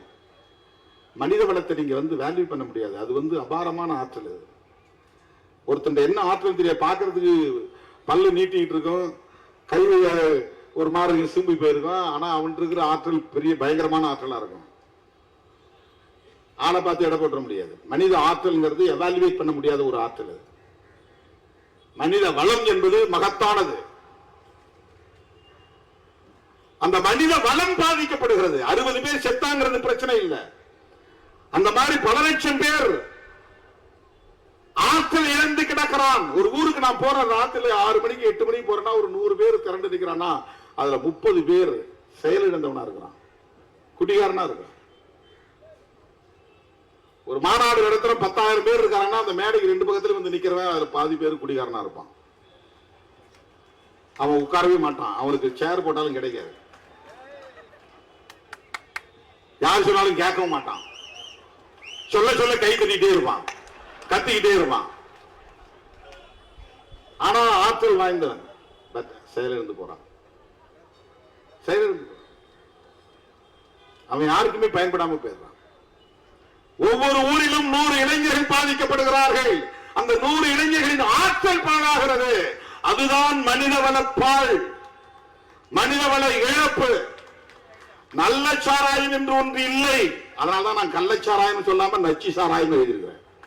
கள்ளச்சாராயம் நீ சொன்னா நல்ல சாராயம் இருக்கிறது ஒத்துக்கிற மாதிரி ஆயிடும். சாராயமே தப்பு, அப்புறம் எங்க நல்ல சாராயம் ஒண்ணு இருக்குது? சாராயம் என்பதே கேடு, நல்ல சாராயம் என்று ஒண்ணு கிடையாது. சாராயம் என்பதே கேடு. அரசாங்கம் வித்துட்டா மட்டும் அது நல்லதாயிட முடியுமா? இந்த அரசு அந்த அரசு இல்ல. ஏதோ திமுக ஆட்சியில தான் கள்ளச்சாராய சாவுகள், கலைஞர் காலத்துலதான் சாராய கடைகளை திறந்தாங்க. இந்த தமிழ்நாட்டுக்குள்ள ஒரு மனநோய் இருக்குது அரசியல் தளத்துல, கருணாநிதி எதிர்ப்பு மனநோய், திமுக எதிர்ப்பு மனநோய்னு வருது. தெலுங்கர் திட்டினா கருணாநிதி மட்டும் தான் தெலுங்கர் திட்டுவான். எம்ஜிஆர் யாரும் மலையாளின்னு சொல்ல மாட்டான், ஜெயலலிதாவை கன்னடத்தின்னு சொல்ல மாட்டான், கன்னட பெண்மணி சொல்ல மாட்டாங்க, யாரும் திட்ட மாட்டாங்க. ஊழல்னு வந்தா கருணாநிதி திமுக தான் சொல்லுவாங்க. அந்த மாதிரி இந்த சாராய விஷயத்திலும் கூட திமுக ஆட்சி காலத்துலதான் நடந்தது, கருணாநிதி காலத்துலதான் நடந்தது அப்படின்னு சொல்லுவாங்க. இந்தியா முழுக்க எல்லா ஆட்சி காலத்திலும் நடந்திருக்குது. எம்ஜிஆர் தான் இந்த டாஸ்மாக்ங்கிறதே உருவாக்குனார். டாஸ்மாக் தானே நம்ம தமிழ் டாஸ்மார்க், டாஸ்மார்க் இல்ல அது. அந்த காலத்துல காலி மார்க் சாராயம் கிடைச்ச மாதிரி அந்த மார்க்குங்கிற பேரு பழகி போயிடுச்சு. அப்பெல்லாம் அந்த சாராயம் கடைகளை விற்பாங்க. அப்ப நிறைய இந்த மார்க், எந்த மார்க், காலி மார்க், அந்த மார்க், இந்த மார்க் பேர்ல வைப்பாங்க. மார்க்னா அது சின்னம். இது TASMAC, TASMAC, Tamil Nadu state marketing corporation, Tamil Nadu மாநில வணிக கழகம். அது விற்பனை செய்யறதுக்கு ஒரு இன்ஸ்டிடியூஷனை உருவாக்குறாரு, ஒரு கம்பெனியை உருவாக்குறார். மதுவை உற்பத்தி செய்வதற்கும் ஒரு கம்பெனியை உருவாக்கினார் எம்ஜிஆர். மதுவை விற்பனை செய்வதற்கு ஒரு கம்பெனி உருவாக்கினார். அந்த கம்பெனியை உற்பத்தி செய்யற கம்பெனியை மூடிட்டார், தனியாட்ட ஒப்படைச்சிட்டாங்க. விற்பனை செய்யற கம்பெனி தான் டாஸ்மாக். டாஸ்மார்க் இல்ல, டாஸ்மாக். அரசாங்கம் ஒரு கம்பெனி உருவாக்கி மதுவை வியாபாரம் செய்யறதுக்குன்னு, அதுக்கு IAS அதிகாரிகளை உட்கார வச்சது. என்ன படிச்சுட்டு எவ்வளவு பெரிய டாப்பரா வந்தாலும் இங்க சாராயம் வித்து கணக்கு கொடு. என்ன வேலை செய்யற? சாராயம் விற்கிற வேலை. என்ன படிச்சிருக்கிற? IAS படிச்சிருக்கிற.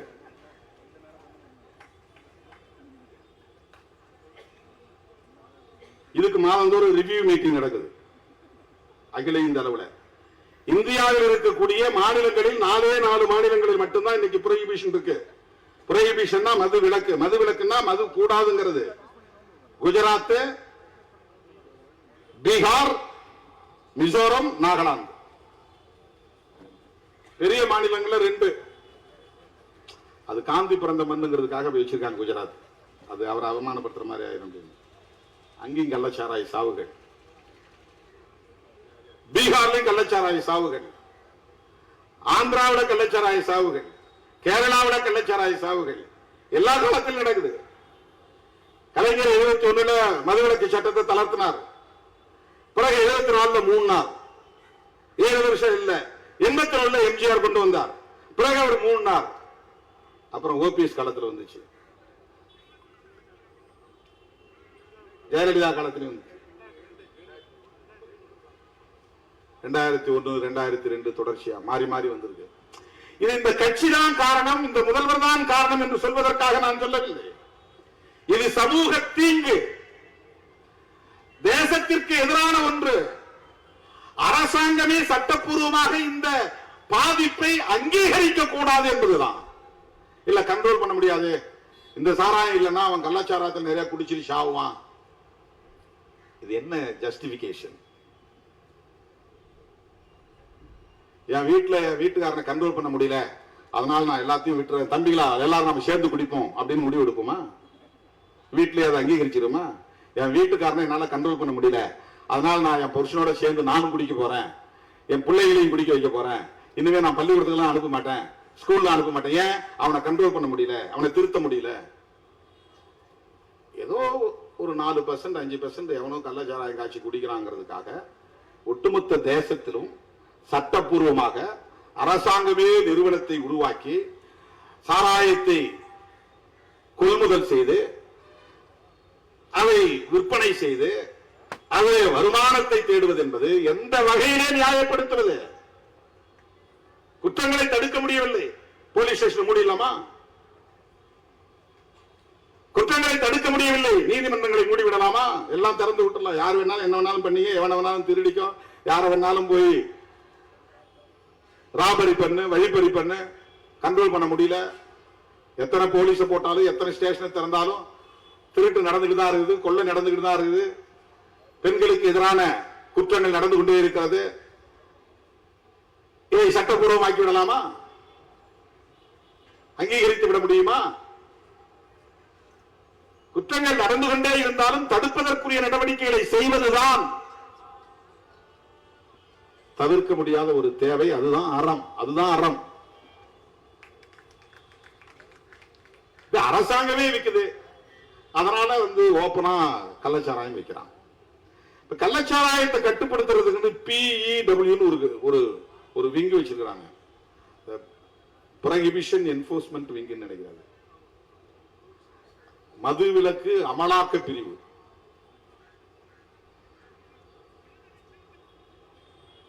அதுல பெரும்பாலும் லேடிஸ் தான் போடுறாங்க, எதுக்குன்னு தெரியல. இன்ஸ்பெக்டர், டிஎஸ்பி, அதுக்கு மேல இருக்கிற அதிகாரிகள் அதெல்லாம் பெண்களை தான் போடுறாங்க. எனக்கு தொடக்க காலத்தில் கிடைச்ச ஒரு அனுபவம், 1990களில் நான் இந்த இயக்கத்தின் தலைமை பொறுப்பை ஏற்ற போது மதுரையிலே கருவனூர் என்ற ஒரு கிராமத்தில் அந்த ஊரையே தீ வைத்து கொளுத்தினார்கள் சாதி வெறியர்கள். ஆனால் பிரச்சனை எங்கிருந்து தொடங்கியது என்றால், நம்ம கட்சியில் ஒருத்தர் சேர்ந்தார். அவருக்கு என்ன பிரச்சனைன்னா, போலீஸ் அடிக்கடி பிடிச்சிட்டு போயிருது. ஏன் போலீஸ் பிடிச்சிட்டு போகுது? அவர் ஏற்கனவே கள்ளச்சாராயம் காய்ச்சி வித்துக்கிட்டு இருந்திருக்காரு. இப்போ அது வேண்டாம், குடும்பம் வந்துருச்சு, பிள்ளைங்க ஆளாயிட்டாங்க, அவங்களெல்லாம் பாதுகாக்கணும் அப்படின்னு சொல்லிட்டு அதுல தப்பிக்கிறதுக்கு முயற்சி பண்றாங்க. நீ ஏன் இப்ப கள்ளச்சாராயம் காய்ச்சல, ஏன் எங்களுக்கு மாமூல் கொடுக்கல, அதான் பிரச்சனை. காய்ச்சாதவனை பிடிச்சிட்டு போய் கேஸ் போட்டு உள்ள தள்ளுறது. அவர் அதுல இருந்து தன்னை தற்காத்துக் கொள்வதற்காக அப்போ கட்சி கிடையாது, தேர்தல் பாதை கிடையாது, வெறும் இயக்கம் தான், விடுதலை சிறுத்தைகள் இயக்கம். இதுல அவர் சேர்றாரு. சேர்ந்ததுக்கு பிறகு அதே காவல்துறை, அந்த உள்ளூர்ல இருக்கக்கூடிய ஒரு ஆய்வாளர் அவனை நேரா வீட்டுக்கு போய் தூங்கி இருந்தவனை பிடிச்சு அடிச்சு தெருவில் தரன்னு இழுத்துட்டு போய் நீ கட்சியில சேர்ந்துட்டு அவனை விட்டுருமா? கேஸ் போடுறாங்க. போலீஸை எதிர்த்து இயக்க போராட்டம் நடந்தது. உடனே சாதி வெறியர்களோடு சேர்ந்து சாதி வெறியர்களை தூண்டிவிட்டு அன்றைக்கு அதிமுக ஆட்சி மிகப்பெரிய வன்முறையை அந்த கிராமத்தின் மீது நடத்தினார்கள். அதெல்லாம் எனக்கு ரொம்ப புதுசு, பயங்கரமான அதிர்ச்சிக்குள்ளான கருவனூர்ல அந்த ஊரையே கொளுத்தினார்கள். பெரிய பிரச்சனையை என்ன, பிஇடபிள்யூவும் லாண்ட் ஆர்டர் போலீஸும் அவங்கள்ட்ட போய் தகராறு பண்றாங்க. நீ ஏன் காய்ச்சாம இருக்கிற? இவ்வளவு நாளா காய்ச்சி இருந்து இப்ப ஏன் காய்ச்சல? ஏன்னா அவனுக்கு அங்கங்க பாயிண்ட்ல இருந்து அவனுக்கு மாமூல் போகணும், அது நின்று போகுது. இதை நான் குற்றம் சாட்டுவதற்காக சொல்லவில்லை. சமூக யதார்த்தத்தை புரிந்து கொள்ள வேண்டிய தேவை இருக்கிறது. நம்முடைய குடும்பத்தில் நம்முடைய பிள்ளையையே நம்மால் கட்டுப்படுத்த முடியவில்லை என்பது உண்மைதான். மனைவி மக்களால் கணவனை கட்டுப்படுத்த முடியவில்லை என்பது உண்மைதான். கணவனோடு சேர்ந்து மனைவியும் குடிப்பழக்கத்திற்கு ஆளாகிறால் அதையே நம்மால் திருத்த முடியவில்லை என்பது உண்மைதான்.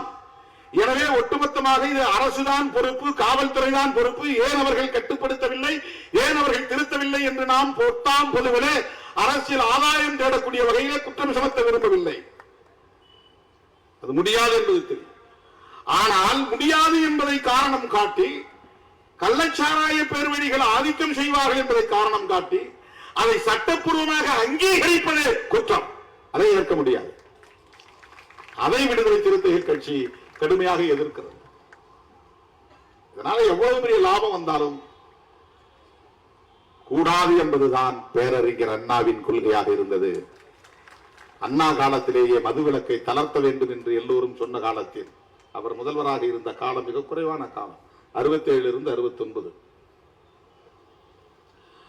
ராஜாஜி முதல்வராக இருந்த போது 1937 இந்த நாடு விடுதலை பெறுவதற்கு முன்பே காந்தியடிகள் இதை பெரிய இயக்கமாக எடுத்த காரணத்தினால், அவர் காங்கிரஸ் கட்சியின் தலைவராகவும் இருந்த காரணத்தினால் அன்றைக்கு மதுவிலக்கு சட்டத்தை கொண்டு வந்தார்.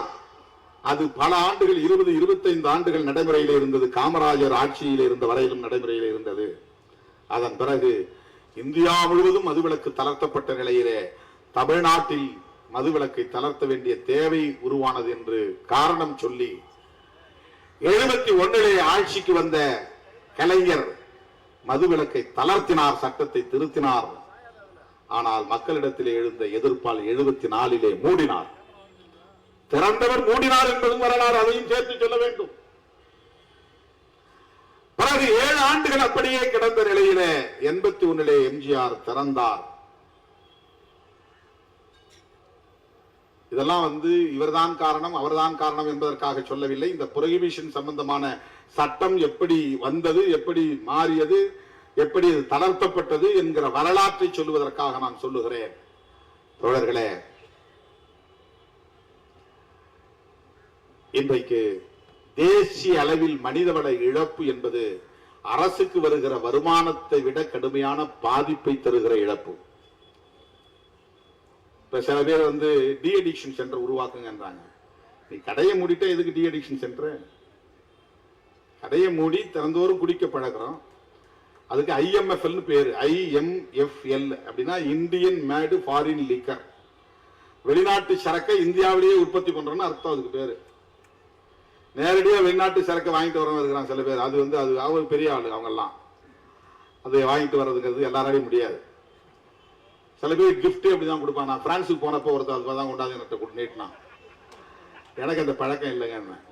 இல்லைங்க, இது இது கிடையாது, மது கிடையாது, ஷாம்பைன் அப்படின்னா. ஷாம்பைன் என்னங்க, சும்மா கொஞ்சம் இருக்கும், லைட்டா பீரை விட கம்மியா இருக்கும், இது பர்த்டே பார்ட்டியில குடிக்கிறது அப்படின்னா. நோ நோ நோ, அவன் கோச்சிட்டே போயிட்டான். அவனை நான் அவமதிச்சுட்டேங்க. லண்டனுக்கு ஒரு முறை போனேன் நான். ஏர்போர்ட்ல இருந்து இறங்கி போன உடனே ஒரு ஃபேமிலி மேல ரொம்ப அன்பா இருக்கக்கூடியவங்க, அவங்க எழுத்து, அவங்க ஏதோ விக்கிபீடியாவை தேடி இருப்பாங்க போல. யாரோ ஒருத்தன் ஒரு இடியட் இவருக்கு நம்ம பத்தி நிறைய அவதூறுகள் எழுதுறாங்க இல்லையா, அந்த மாதிரி ஏதோ ஒரு அவதூறு இருந்திருக்கு அதுல. அவர் நல்லா குடிக்கிறவர் அப்படின்னு. அதனால பெரிய பாட்டில் வாங்கி டேபிள் வச்சிருக்கிறாங்க. வாழ்நாள்ல அதை நான் தொட்டது கூட கிடையாது, வேண்டாங்க.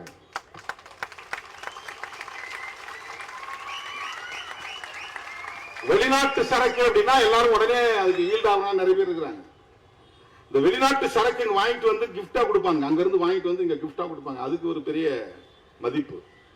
அதை இந்தியாவில் செய்யலாம். இந்தியன் மேடு ஃபாரின் லிக்கர், அயல்நாட்டு மது இந்திய சரக்கு, இந்தியாவிலேயே தயாரிக்கிறது அந்த ஃபார்முலாவை பயன்படுத்தி. அதுதான் இங்க பிராண்டி. அது பிராண்டி வந்து நம்ம ஊர் சரக்கு இல்ல, வெளிநாட்டு சரக்கு. அதை நாம தயாரிக்கிறோம். மூலப்பொருள் அதுக்கு எத்தில் ஆல்கஹால், ரெக்டிவேட் ஸ்பிரிட், எத்தனால், அதுதான் தேவை. அதுல எவ்வளவு ஆல்கஹால் சதவீதம் இருக்கணுங்கிறத பொறுத்து அதுக்கு பேர் மாறுது. அதுல டேஸ்ட்டுக்கு கலர்லாம் மாத்துவாங்க, அப்புறம் பாட்டில் டிசைனா பண்ணுவாங்க, லேபிள் டிசைனா பண்ணுவாங்க. அதுக்கு நல்ல அழகான பெண்மணிகளை கொண்டு விளம்பரம்லாம் பண்ணுவாங்க. இதை சாப்பிட்டீங்கன்னா அப்படி இருக்கலாம் அப்படின்னு. அது என்னன்னா எத்தனால்ல வந்து ப்ரொபோர்ஷனேட்டா சதவிகித அடிப்படையில் வந்து மிக்ஸ் பண்றது. 3% இருந்தா பீர் 5% தான் இருக்கணும். மிச்சம் வெறும் வாட்டர் அல்லது ஸ்வீட்னர், அதே ஒரு இனிப்பு கலந்துருக்கும், அவ்வளவுதான். அதுல வெறும் 3% அல்லது 5%, அதுக்கு மேல போனா அதுக்கு பீர் கிடையாது. பீர் தாண்டி மற்றதெல்லாம் பீர் ஒரு குடியே இல்ல, மதுவே இல்லம்பா. பீர் தான் சும்மா குடிக்கலாம், அதுலதான் ஸ்டார்ட் ஆகும் இந்த அடிக்ஷனே. அதுதான் ஸ்டார்ட் ஆகும். இது வந்து பிராண்டி கிடையாது, விஸ்கி கிடையாது, வைன் கிடையாது. இந்த வைனை கூட சில பேர் சப்போர்ட். வைன் சாப்பிட்டா ஹார்ட்டுக்கு நல்லது, பிரெயின் சுறுசுறுப்பா இருக்கும், ரெட் வைன் குடிக்கலாம் அப்படிமா. ஏன்னா அது வந்து வெறும் பழச்சாறுல இருந்து தயாரிக்கிறது, அதெல்லாம் ஒன்றும் கிடையாது. பிரெயினை அட்டாக் பண்ணக்கூடிய எதுவுமே பாதிப்பு தான். ஆல்கஹால் மிக்ஸ்டுன்னா அது உன்னுடைய சென்ட்ரல் நர்வஸ் சிஸ்டத்தை தாக்கும், சிந்திக்க முடியாம போயிடும், திட்டமிட முடியாம போயிடும், பாதிப்பை உருவாக்கும். நிறைய பேர் எங்க விழுறதுன்னா ஃப்ரீயா குடிக்கிறதுல தான் விழுந்து போறாங்க. ஃபர்ஸ்ட் இப்படிதான் ஆரம்பிப்பாங்க. இவன் காசு போட்டு குடிக்கிறதுக்கு தயங்குவான், எவனாவது வாங்கி பார்ட்டிங்கிற பேர்ல வாங்கி கொடுப்பான். அப்படி ஆரம்பிச்சு அதுக்கப்புறம் இவர் பொண்டாட்டி செயினை பறிக்கிற அளவுக்கு போயிடுவாரு. கழுத்துல தாலி எதுக்கு வேஸ்ட் கொடு, பிடிச்சிட்டு போய் போட்டு. பீர்ல ஸ்டார்ட் பண்ணி விஸ்கில போய் நிற்பாங்க. அதெல்லாம் 40% மேல ஆல்கஹால், 30% 40% மேல ஆல்கஹால் இருக்காது. குடிக்கவே முடியாது, வாயில வைக்கவே முடியாது. அதுக்குதான் அந்த சோடா கிடா ஊத்தி நல்ல ஊறுகாயை தொட்டுக்கிட்டு, அப்ப எவனும் சாதிலாம் பார்க்க மாட்டான். அப்ப நக்கு நக்கு நக்குவான், வாயில இருக்கிற நோண்டி நக்குவான், விரல விட்டு எடுத்து சப்புவானுங்க. ஊறுகாயை தொட்டுக்குவான், கறியை கடிச்சு அவன் கடிச்ச எலும்பு வாங்கிக்குவான், கடிப்பான். அந்த அப்படியே இப்பதான் மச்சிம்பா, மாமாம்பா, மாப்பிளாம்பா. அந்த நேரம் எல்லாம் அது அந்த இடம் வந்து சமத்துவம். சாராயம் வந்து சமத்துவத்தை உருவாக்குது.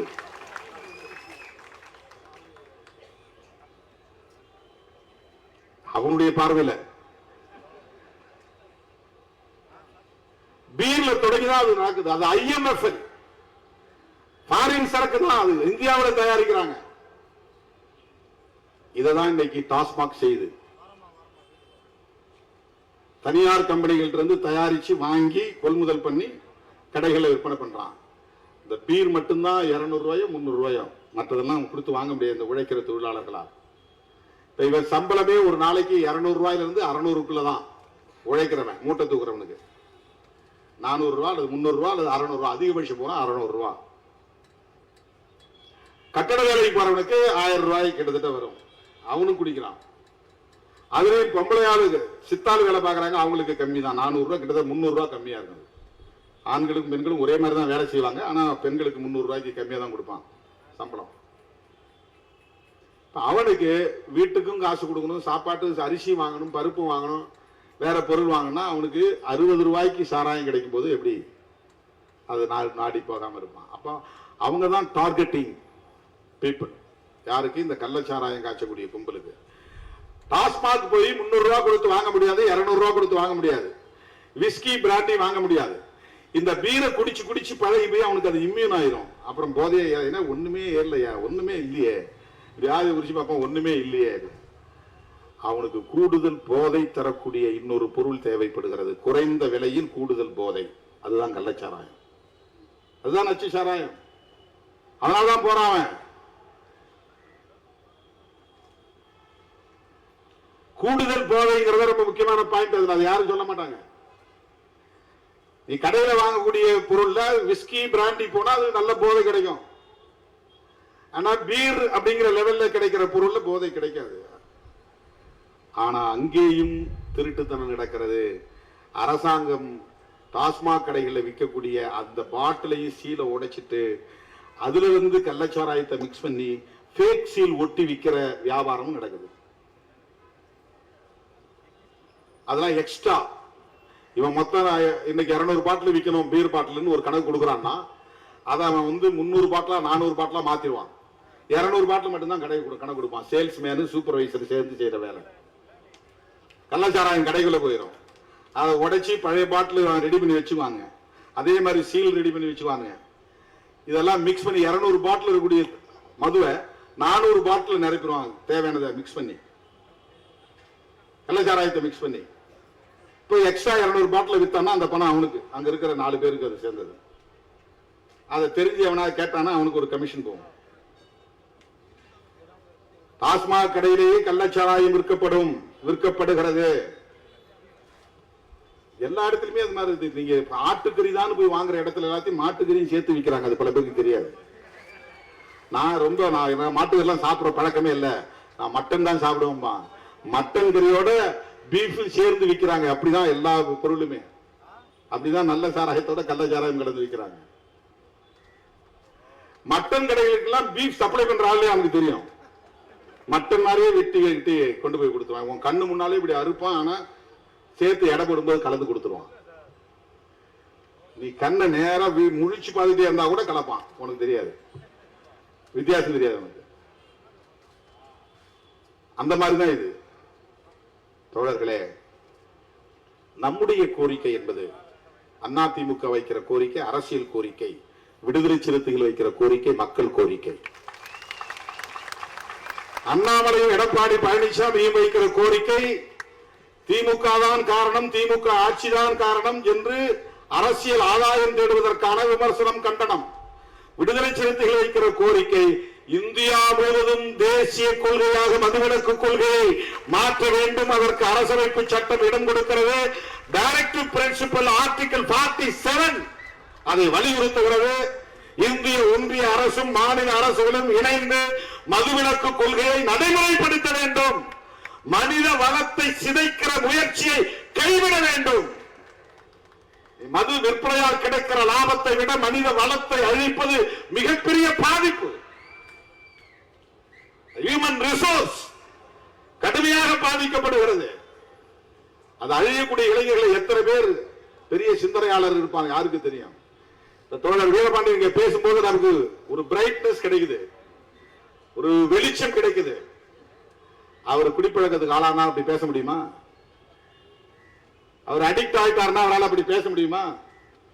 புத்தகங்களை படிக்க முடியுமா? அவருடைய ஆற்றல் என்ன ஆவது? யோசித்து பாருங்கள். அந்த ஆற்றல் மனித வளம் அழிகிறது, மனித ஆற்றல் அழிகிறது.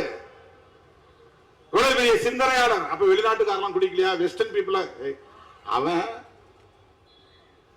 குடிக்கிறான், குடி நோயாளி இல்லை. அவன் ட்ரிங்கர், நாட் ட்ரங்கார்ட். ட்ரங்கார்ட் வேற, ட்ரிங்கர் வேற. லண்டனுக்கு போற இடத்துல பார்ப்போம், நம்ம டீ கடையில் போய் நிக்கிற மாதிரி ஒயின் ஷாப்ல நிப்பாங்க. ஒயின் ஷாப் தான் எல்லா விதமும் இருக்காங்க. போயிட்டு ஒரு பேக்கு 2 பேக் குடிச்சிட்டு ஆபீஸ் போயிடுவான், வேலைக்கு போயிடுவான். அவ்வளவுதான். அவன் அடிக்ஷன் ஆகிறது இல்லை, அதுக்கு அடிமையாகிறது இல்லை. ஏன்னா அவனுக்கு ஒரு மெச்சூரிட்டி வந்துருச்சு.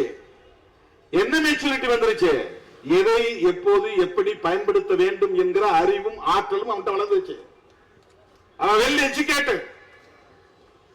சாதாரண மக்களுக்கு அந்த அறிவு கிடையாது. இதை குடிச்சோம்னா பழகணும்னா அடிக்ட் ஆயிருவோம், அடிக்ட் ஆனோம்னா குடும்பம் போயிடும், தெரியாது அவனுக்கு. எளிய மக்கள், உழைக்கிற மக்கள், சாதாரண உழைக்கிற தொழிலாளர்கள், அவனுக்கு அதை பற்றிய விழிப்புணர்வு கிடையாது. வெல் எஜுகேட்டட் சொசைட்டி, நல்லா படிச்சவன் மத்தியில அவன் என்னைக்காவது ரேரஸ்ட் அண்ட் ரேர் கேசஸ் எங்கேயாவது ஒரு இடங்கள்ல ஒரு பார்ட்டியில குடிப்பான். ஒரு செலிப்ரேஷன்ல குடிப்பான், ஒரு இடைப்பட்ட நேரத்தில் சோர்வா இருக்கிற நேரத்தில் கொஞ்சம் குடிப்பான், அளவா குடிச்சிட்டு அதை அப்படியே மறந்துடுவான், அவன் வேலையில கவனம் செலுத்துவான்.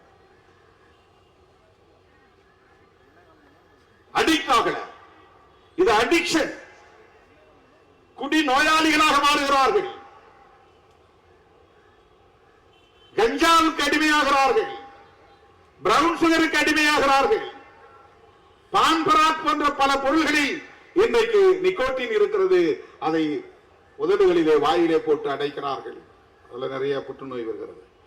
எனவே இதற்கு நிதி ஒதுக்கீடு செய்யுங்கள், போதை விழிப்புணர்வு பிரச்சாரத்தை செய்யுங்கள், மது விலக்கை நடைமுறைப்படுத்துங்கள், அதற்கான துறையை உருவாக்குங்கள், அதற்கு அதிகாரிகளை பயன்படுத்துங்கள், அதிகாரிகளின் ஆற்றல் அதற்கு பயன்படுத்தும். அதுல ஐஏஎஸ் ஐபிஎஸ் அதெல்லாம் எவ்வளவு பெரிய ஆற்றல், அவங்களுடைய அந்த ஹியூமன் ரிசோர்ஸ்.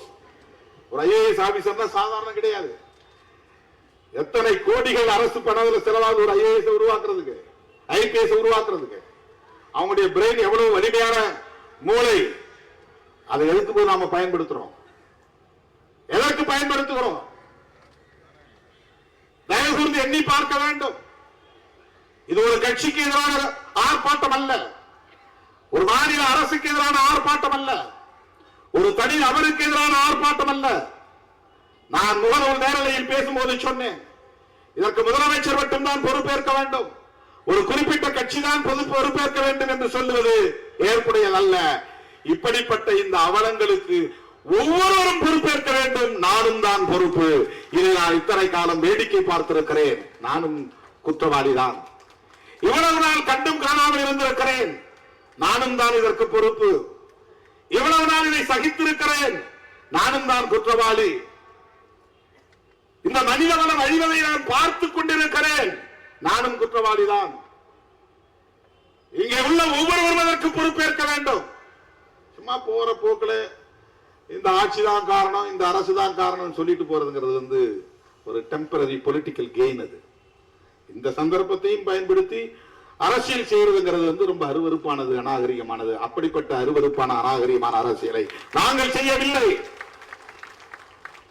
2016 ஆண்டு திராவிட முன்னேற்ற கழகம் சட்டமன்ற பொதுத் தேர்தலின் போது வெளியிட்ட தேர்தல் அறிக்கையிலே முழு மதுவிலக்குக்கு உடன்பட்டு அறிவிப்பு செய்திருக்கிறது.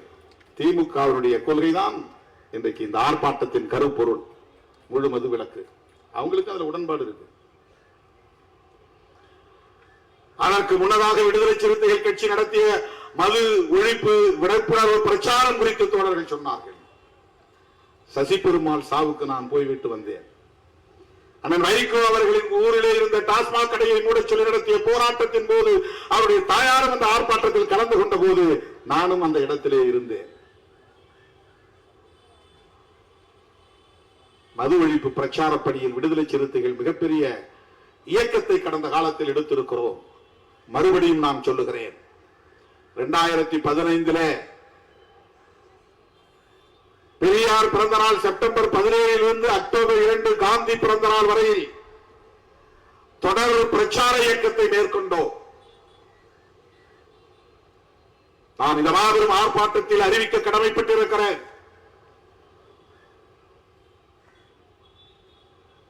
மாநில பொறுப்பாளர்களோடு பிறகு கலந்து செயல் திட்டத்தை அறிவிக்க விரும்புகிறேன். பகுத்தறிவு பகலவன் தந்தை பெரியாரின் பிறந்த நாள் செப்டம்பர் 17 மகளிர் மட்டும் பங்கேற்கிற மாபெரும் மகளிர் மாநாட்டை நடத்த இருக்கிறோம்.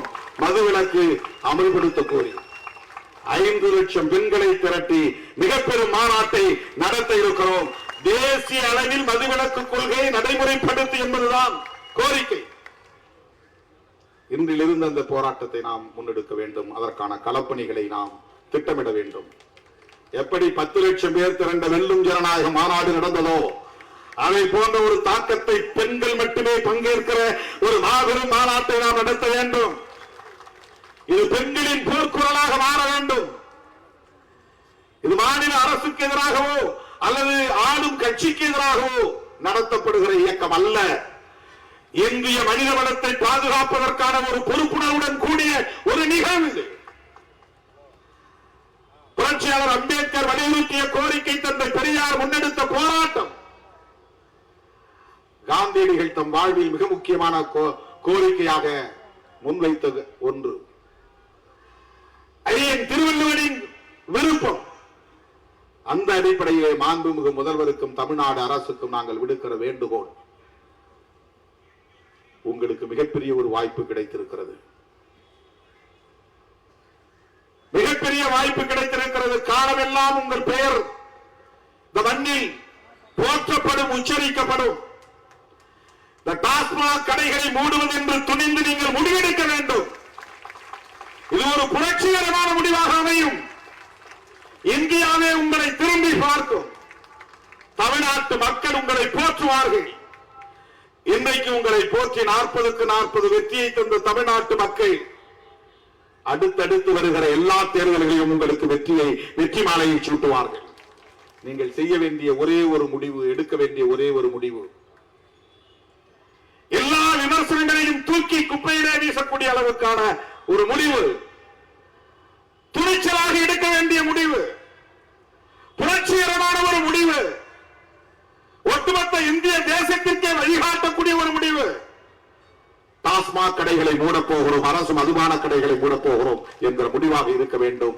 இதுவே என்னுடைய வேண்டுகோள் என்று கேட்டு செப்டம்பர் 17க்கு தயாராவோம் என்று கூறி இந்த அழைப்பை ஏற்று வருகை வந்த உங்கள் அனைவருக்கும் என்னுடைய நன்றியை கூறி முடிக்கிறேன். நன்றி, வணக்கம்.